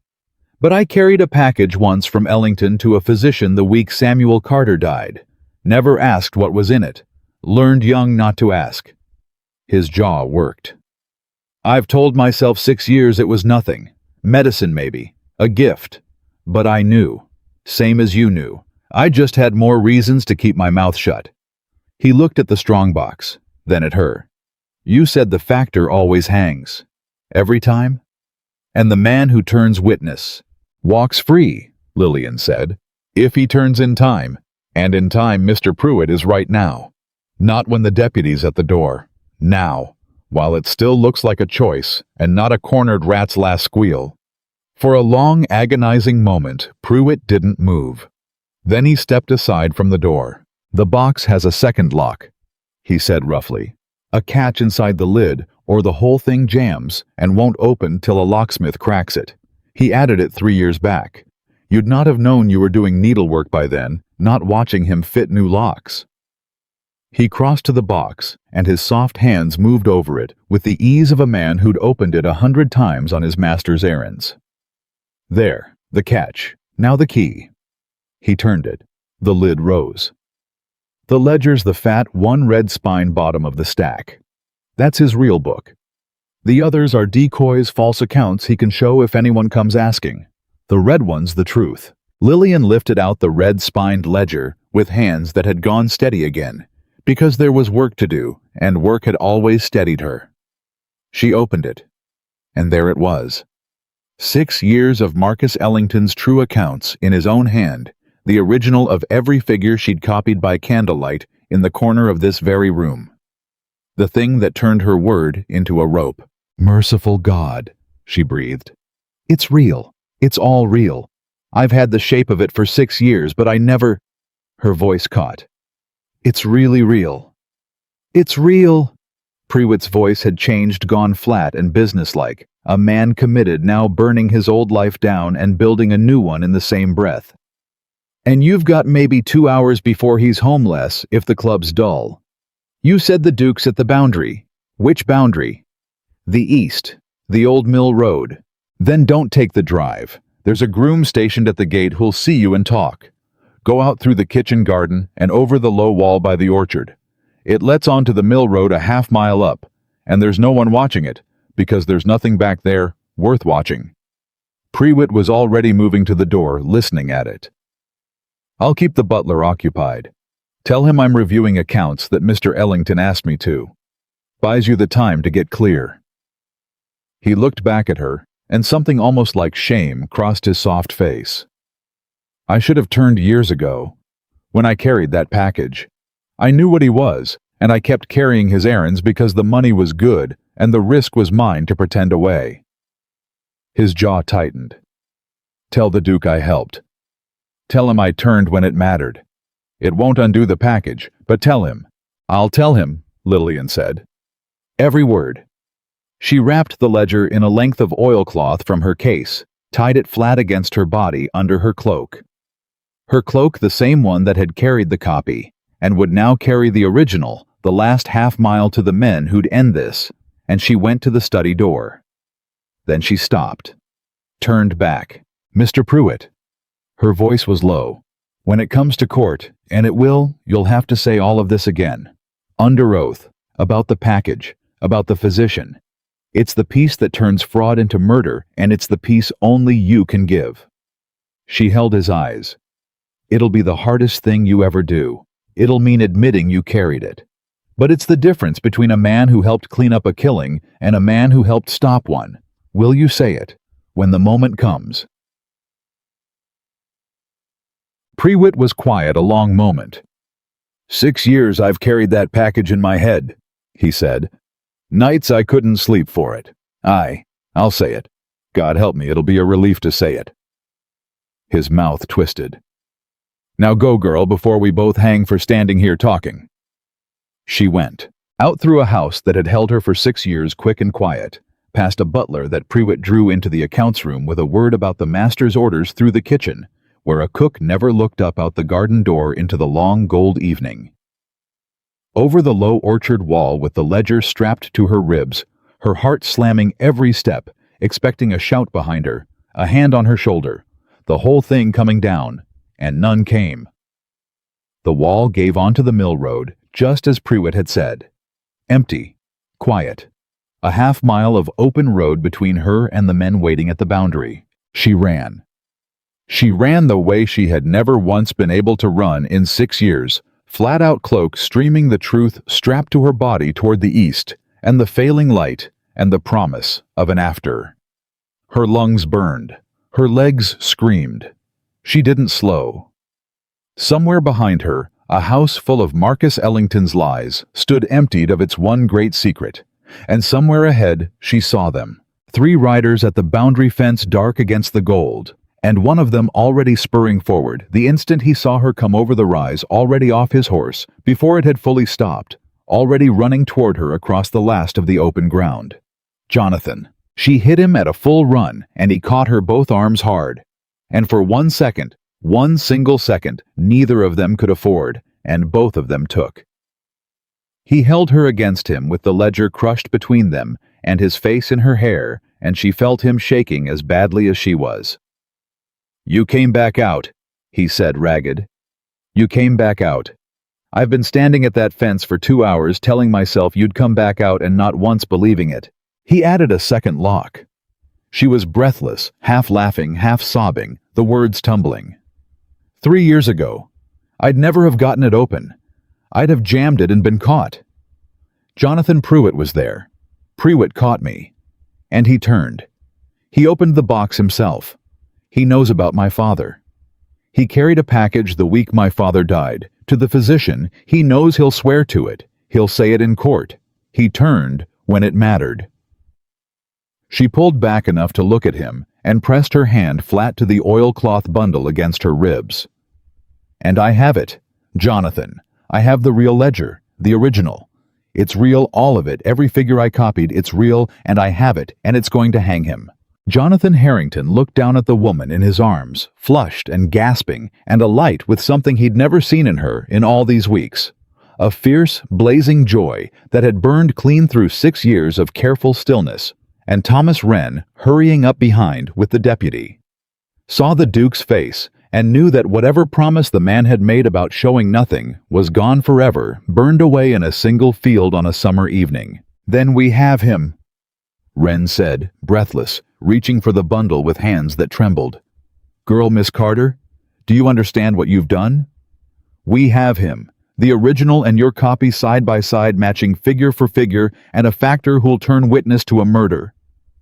The old lawyer's voice broke clean in half. 6 years. 6 years I've waited to hold this. Samuel Carter, you stubborn old fool, we've got him. We've finally got him." The deputy, a big quiet man who'd said almost nothing in 3 days, took the ledger from Wren with the care of a man handling something sacred, and opened it and read one page, and then looked up at Lillian with an expression she would remember the rest of her life. "Ma'am," he said quietly, "I've been a lawman 11 years. I've seen a lot of folks bring me a lot of stories." He closed the book. "I never once saw anyone bring me a whole case built clean, ready to stand, carried out of the guilty man's own house on their own back." He touched his hat brim. "Whatever they told you, you were whoever called you simple or mad or a payment." His jaw tightened. "I don't reckon there's a soul in this state braver or smarter than the woman standing in front of me. And I'll be proud to be the man that puts Marcus Ellington in irons on the strength of what you carried out." Lillian Carter stood in the failing gold light, the ledger gone from her body, into the hands of the law, at last. 6 years of silence finally set down, and for the first time since a physician had told a 17-year-old girl that her strong, healthy father had died in the night of his heart, she let herself be held up by other people and did not carry it alone. "There's no time to lose," the deputy said, tucking the ledger away, "all business now. He's home by 10. I want to be at a magistrate's door before he knows the book ever left the box. We ride tonight Richmond by dawn, the copy and the original before a judge by morning, a warrant sworn out before Ellington's had his breakfast." He swung up onto his horse. "Mr. Wren, you're with me. We'll need you to lay it all out. Your Grace." He paused. "Get her somewhere safe, and stay there till it's done. If any part of this reaches Ellington early, the one person he'll come for is her. She's the witness. She's always been the witness. Keep her out of his reach one more night, and by tomorrow, he'll never be able to reach anyone again." And as Wren and the deputy wheeled their horses toward Richmond and the long night's ride that would end 6 years of a dead man's silence, Lillian turned to Jonathan in the last of the light. The ledger gone, the running, done the thing she'd carried for a year, finally wholly out of her hands and into the machinery of justice, and found she had no idea at all what a person was supposed to do with themselves once the one thing they'd lived for was finished.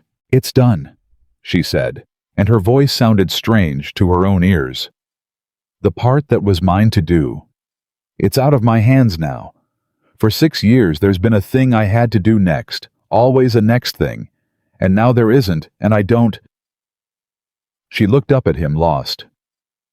"I don't know what I am if I'm not the woman carrying the ledger." Jonathan took her face in both hands there in the empty field with the light going down. "You're Lillian Carter," he said. "You always were. The ledger was just the thing you were carrying. It was never the thing you are." His thumbs moved over her cheeks. "And tomorrow when the warrant's sworn and he's in chains, and there's finally an after to stand in." His voice roughened. "I've a thing I promised I'd say. And I mean to say it, but not tonight.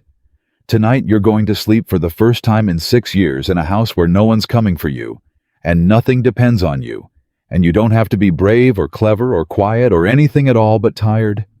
He pressed his forehead to hers. "You did it. It's done. Come on, let me take you somewhere safe and let it be finished."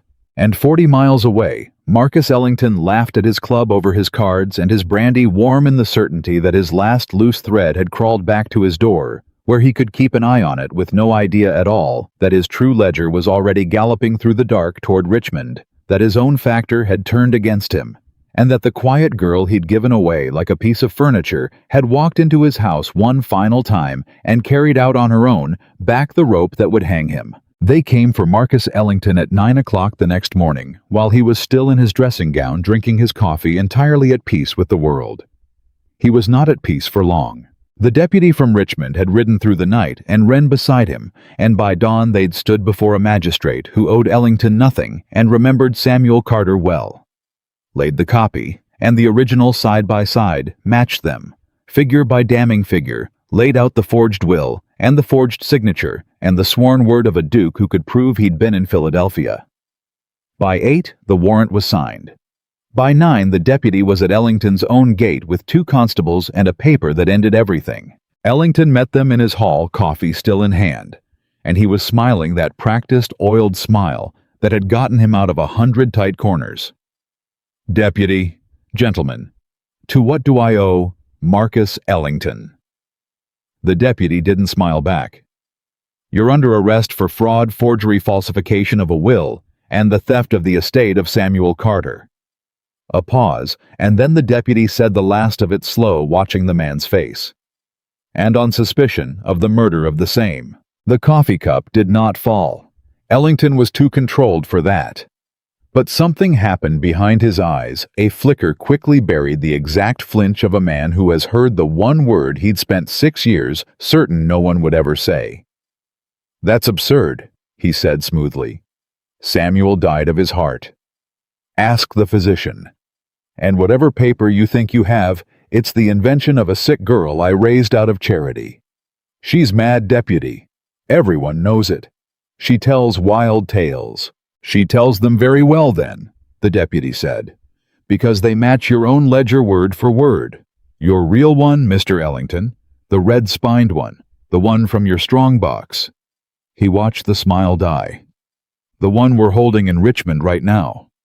Marcus Ellington went gray. "That's not possible," he said, and for the first time the oil was gone from his voice.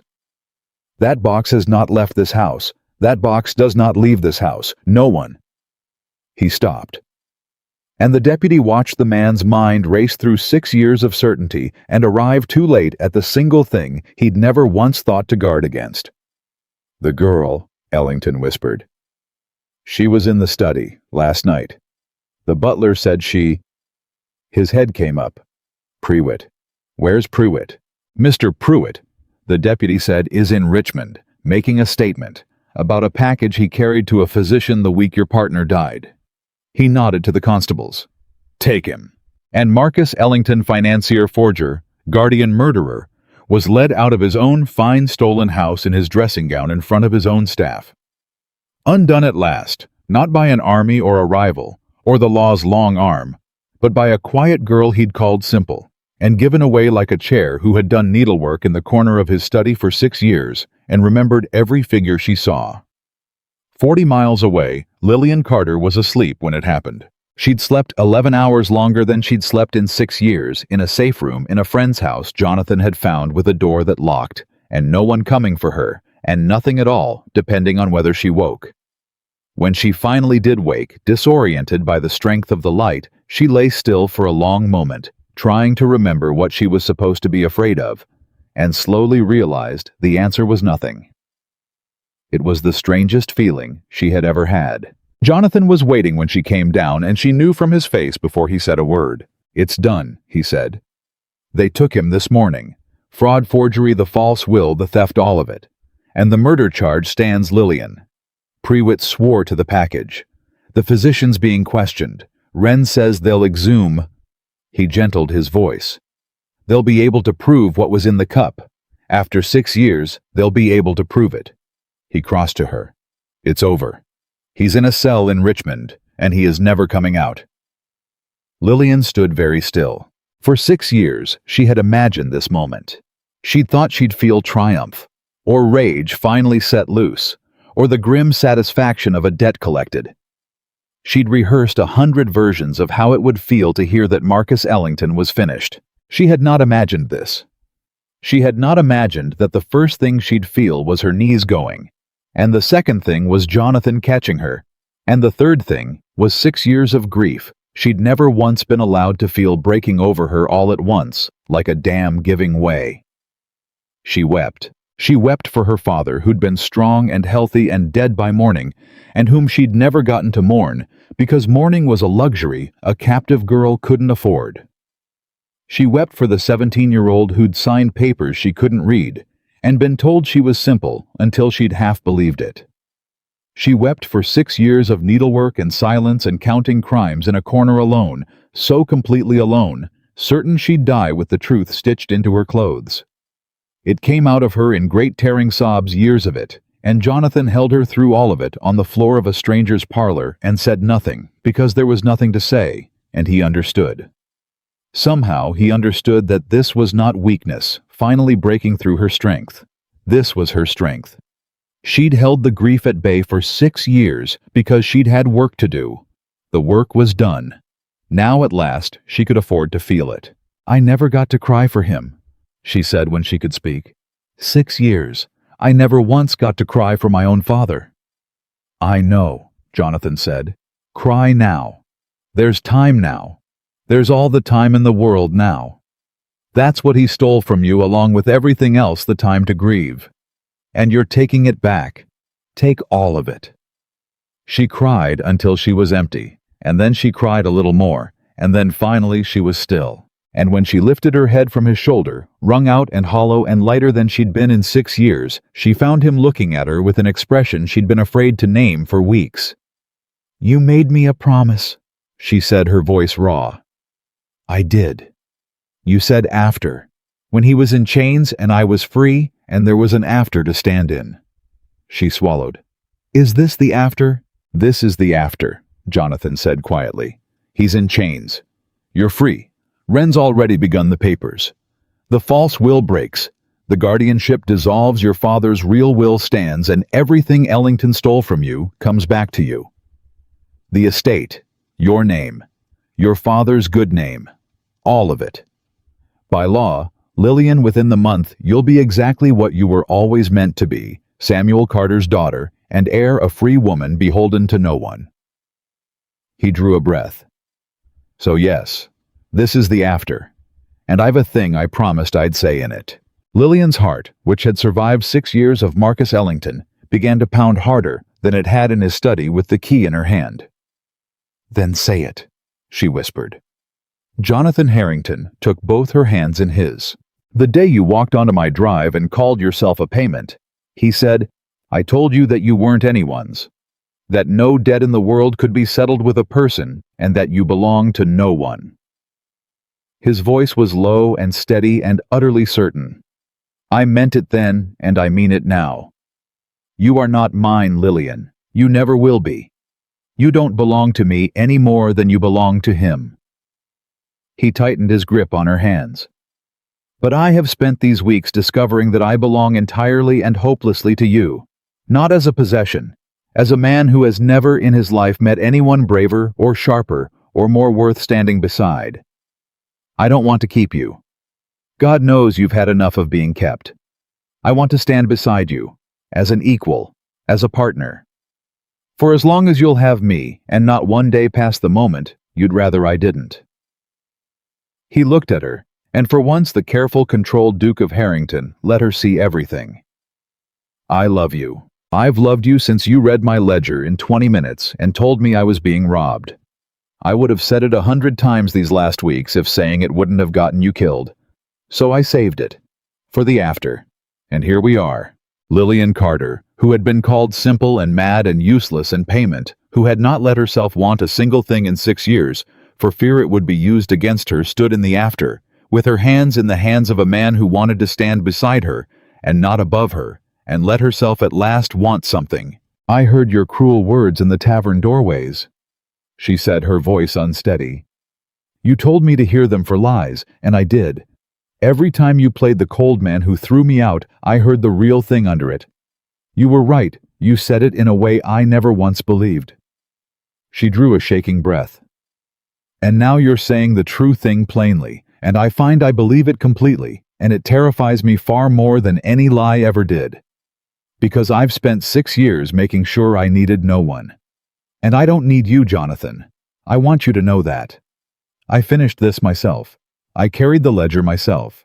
I'll take back my father's estate and run it myself if I have to. Her voice broke. But I don't want to. I want to run it beside you. I want the library and the ledgers and the arguments and the whole long life of it beside you. Not because I need you, because I choose you. And after 6 years of never once being allowed to choose anything, a sob caught in her throat and turned, halfway into a laugh. Choosing you is the freest thing I've ever done. Then choose me, Jonathan said, rough.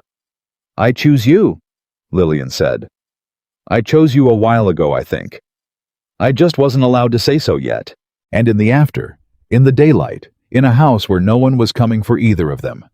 Jonathan Harrington kissed the woman who had walked into his life, calling herself a payment, and Lillian Carter kissed him back, and there was nothing owed between them, and nothing owned, only two people who had chosen each other freely, which is the only kind of belonging that was ever worth having. The trial came in the autumn, and it was everything Wren had promised, and worse for Marcus Ellington. Lillian stood in the courtroom in the daylight with her own name and said aloud what she had whispered to no one for 6 years.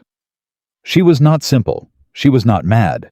She stood in the witness box, calm and clear and devastating, and she laid out the whole machine of Ellington's crimes figure by figure. The doubled commissions, the forged signatures, the false will, the estate stolen from a dead man's daughter, and the copy she'd made by candlelight matched the original from his strongbox, line for line, and there was not a soul in that courtroom who could look at her and call her anything but what she was, the sharpest mind in the room and the bravest. Ellington's lawyers tried the old story one last time. The girl is unwell. The girl invents. Look how detailed the fantasy, it only proves the sickness. And Lillian looked at the jury and said quietly, He's been calling me mad for 6 years because a mad woman can be dismissed. I'd ask you to consider that a mad woman does not copy 6 years of financial records so precisely that they match the originals to the penny. A mad woman does not identify a forged signature by cross-referencing a funeral date. He didn't call me mad because I was. He called me mad because it was the only defense he had against the fact that I could count. She turned to look at Ellington across the courtroom for the first and last time. You made one mistake, Mr. Ellington. In 6 years, only one. You decided I was stupid, and you never once checked. She held his gaze until he looked away. That's the whole of it. That's how a girl doing needlework in the corner brought down your entire empire. You forgot she was in the room. Prewitt testified about the package. The physician offered a choice between the truth, and the rope chose the truth. The exhumation proved what the cup had held. And in the end, Marcus Ellington was convicted not only of the fraud he'd built so carefully, but of the murder he'd been so certain was buried 6 years deep undone in the final account by the two people he'd been surest would never harm him. The ward he'd underestimated, and the factor he'd underpaid. He was sentenced to hang. Wren wept openly when the sentence was read. The deputy caught Lillian's eye across the courtroom and touched his hat brim the way he had in the field with the ledger in his hands, and Lillian understood that some debts are paid in the end, and that her father's had been paid in full. The estate came back to her, every acre and dollar of it, and the Carter name was cleared in every paper in the state, and the story that ran through the county now was not of a mad girl given to fancies, but of the fearless young heiress who'd brought down the financier from inside his own house. She and Jonathan married in the spring, in a small ceremony with Wren standing up beside them and the deputy in the second pew, and Pruitt pardoned freed a changed and quieter man watching from the back with something like peace on his soft face. And they did exactly what Jonathan had promised. They ran two estates as one, and they ran them together. Lillian with her ledgers, Jonathan with his lands. The two of them arguing over accounts in the library late into the night, the way they had that very first evening. Except now, there was nothing owed between them, and nothing to fear. Only the long, good work of a life built on equal ground. Years later, a young woman came to the Harrington estate seeking help. Another orphaned girl. Another grasping guardian, another set of accounts that didn't add up. And Lillian Harrington sat her down in the library and listened to the whole of it, and then said the thing she had learned to be true in the hardest possible way. "They'll tell you you're simple," Lillian said. "They'll tell you you're mad or difficult or ungrateful. They'll call you every name that makes you easy to dismiss. And here is what I need you to understand, because I learned it too late and paid for the lesson." She leaned forward. Every name they give you to make you small is a confession that they're afraid of you. A man doesn't lock away a woman he thinks is harmless. He locks away the one who can count. She reached out and took the girl's shaking hands. "So let them think you're nothing. Let them forget you're in the room. And in the corner, they've stopped watching Learn Everything. Because the day is coming when what you know will be worth more than everything they own. It was for me." She smiled. "I was once handed to a man as a payment to settle a debt I never owed. I walked out of that story a free woman with my name back my father avenged and a life I chose. And it started the same way yours is starting, with a girl in a corner and a ledger, and a man too proud to imagine she could read." Lillian Carter had been called many things. Ward, prisoner, witness, payment. She had been described in a letter once as a token and a gesture and a thing that was unencumbered, handed away like furniture by a man who was certain to his marrow that she was too small and too stupid and too broken to ever be anything at all. He was wrong about every part of it. And in the end, the quiet girl he gave away to erase a debt was the one who brought his whole empire down. Cleared her father's name, took back everything he'd stolen and built, beside a man who loved her, the free life she was always meant to have. She was never a payment. She was the reckoning.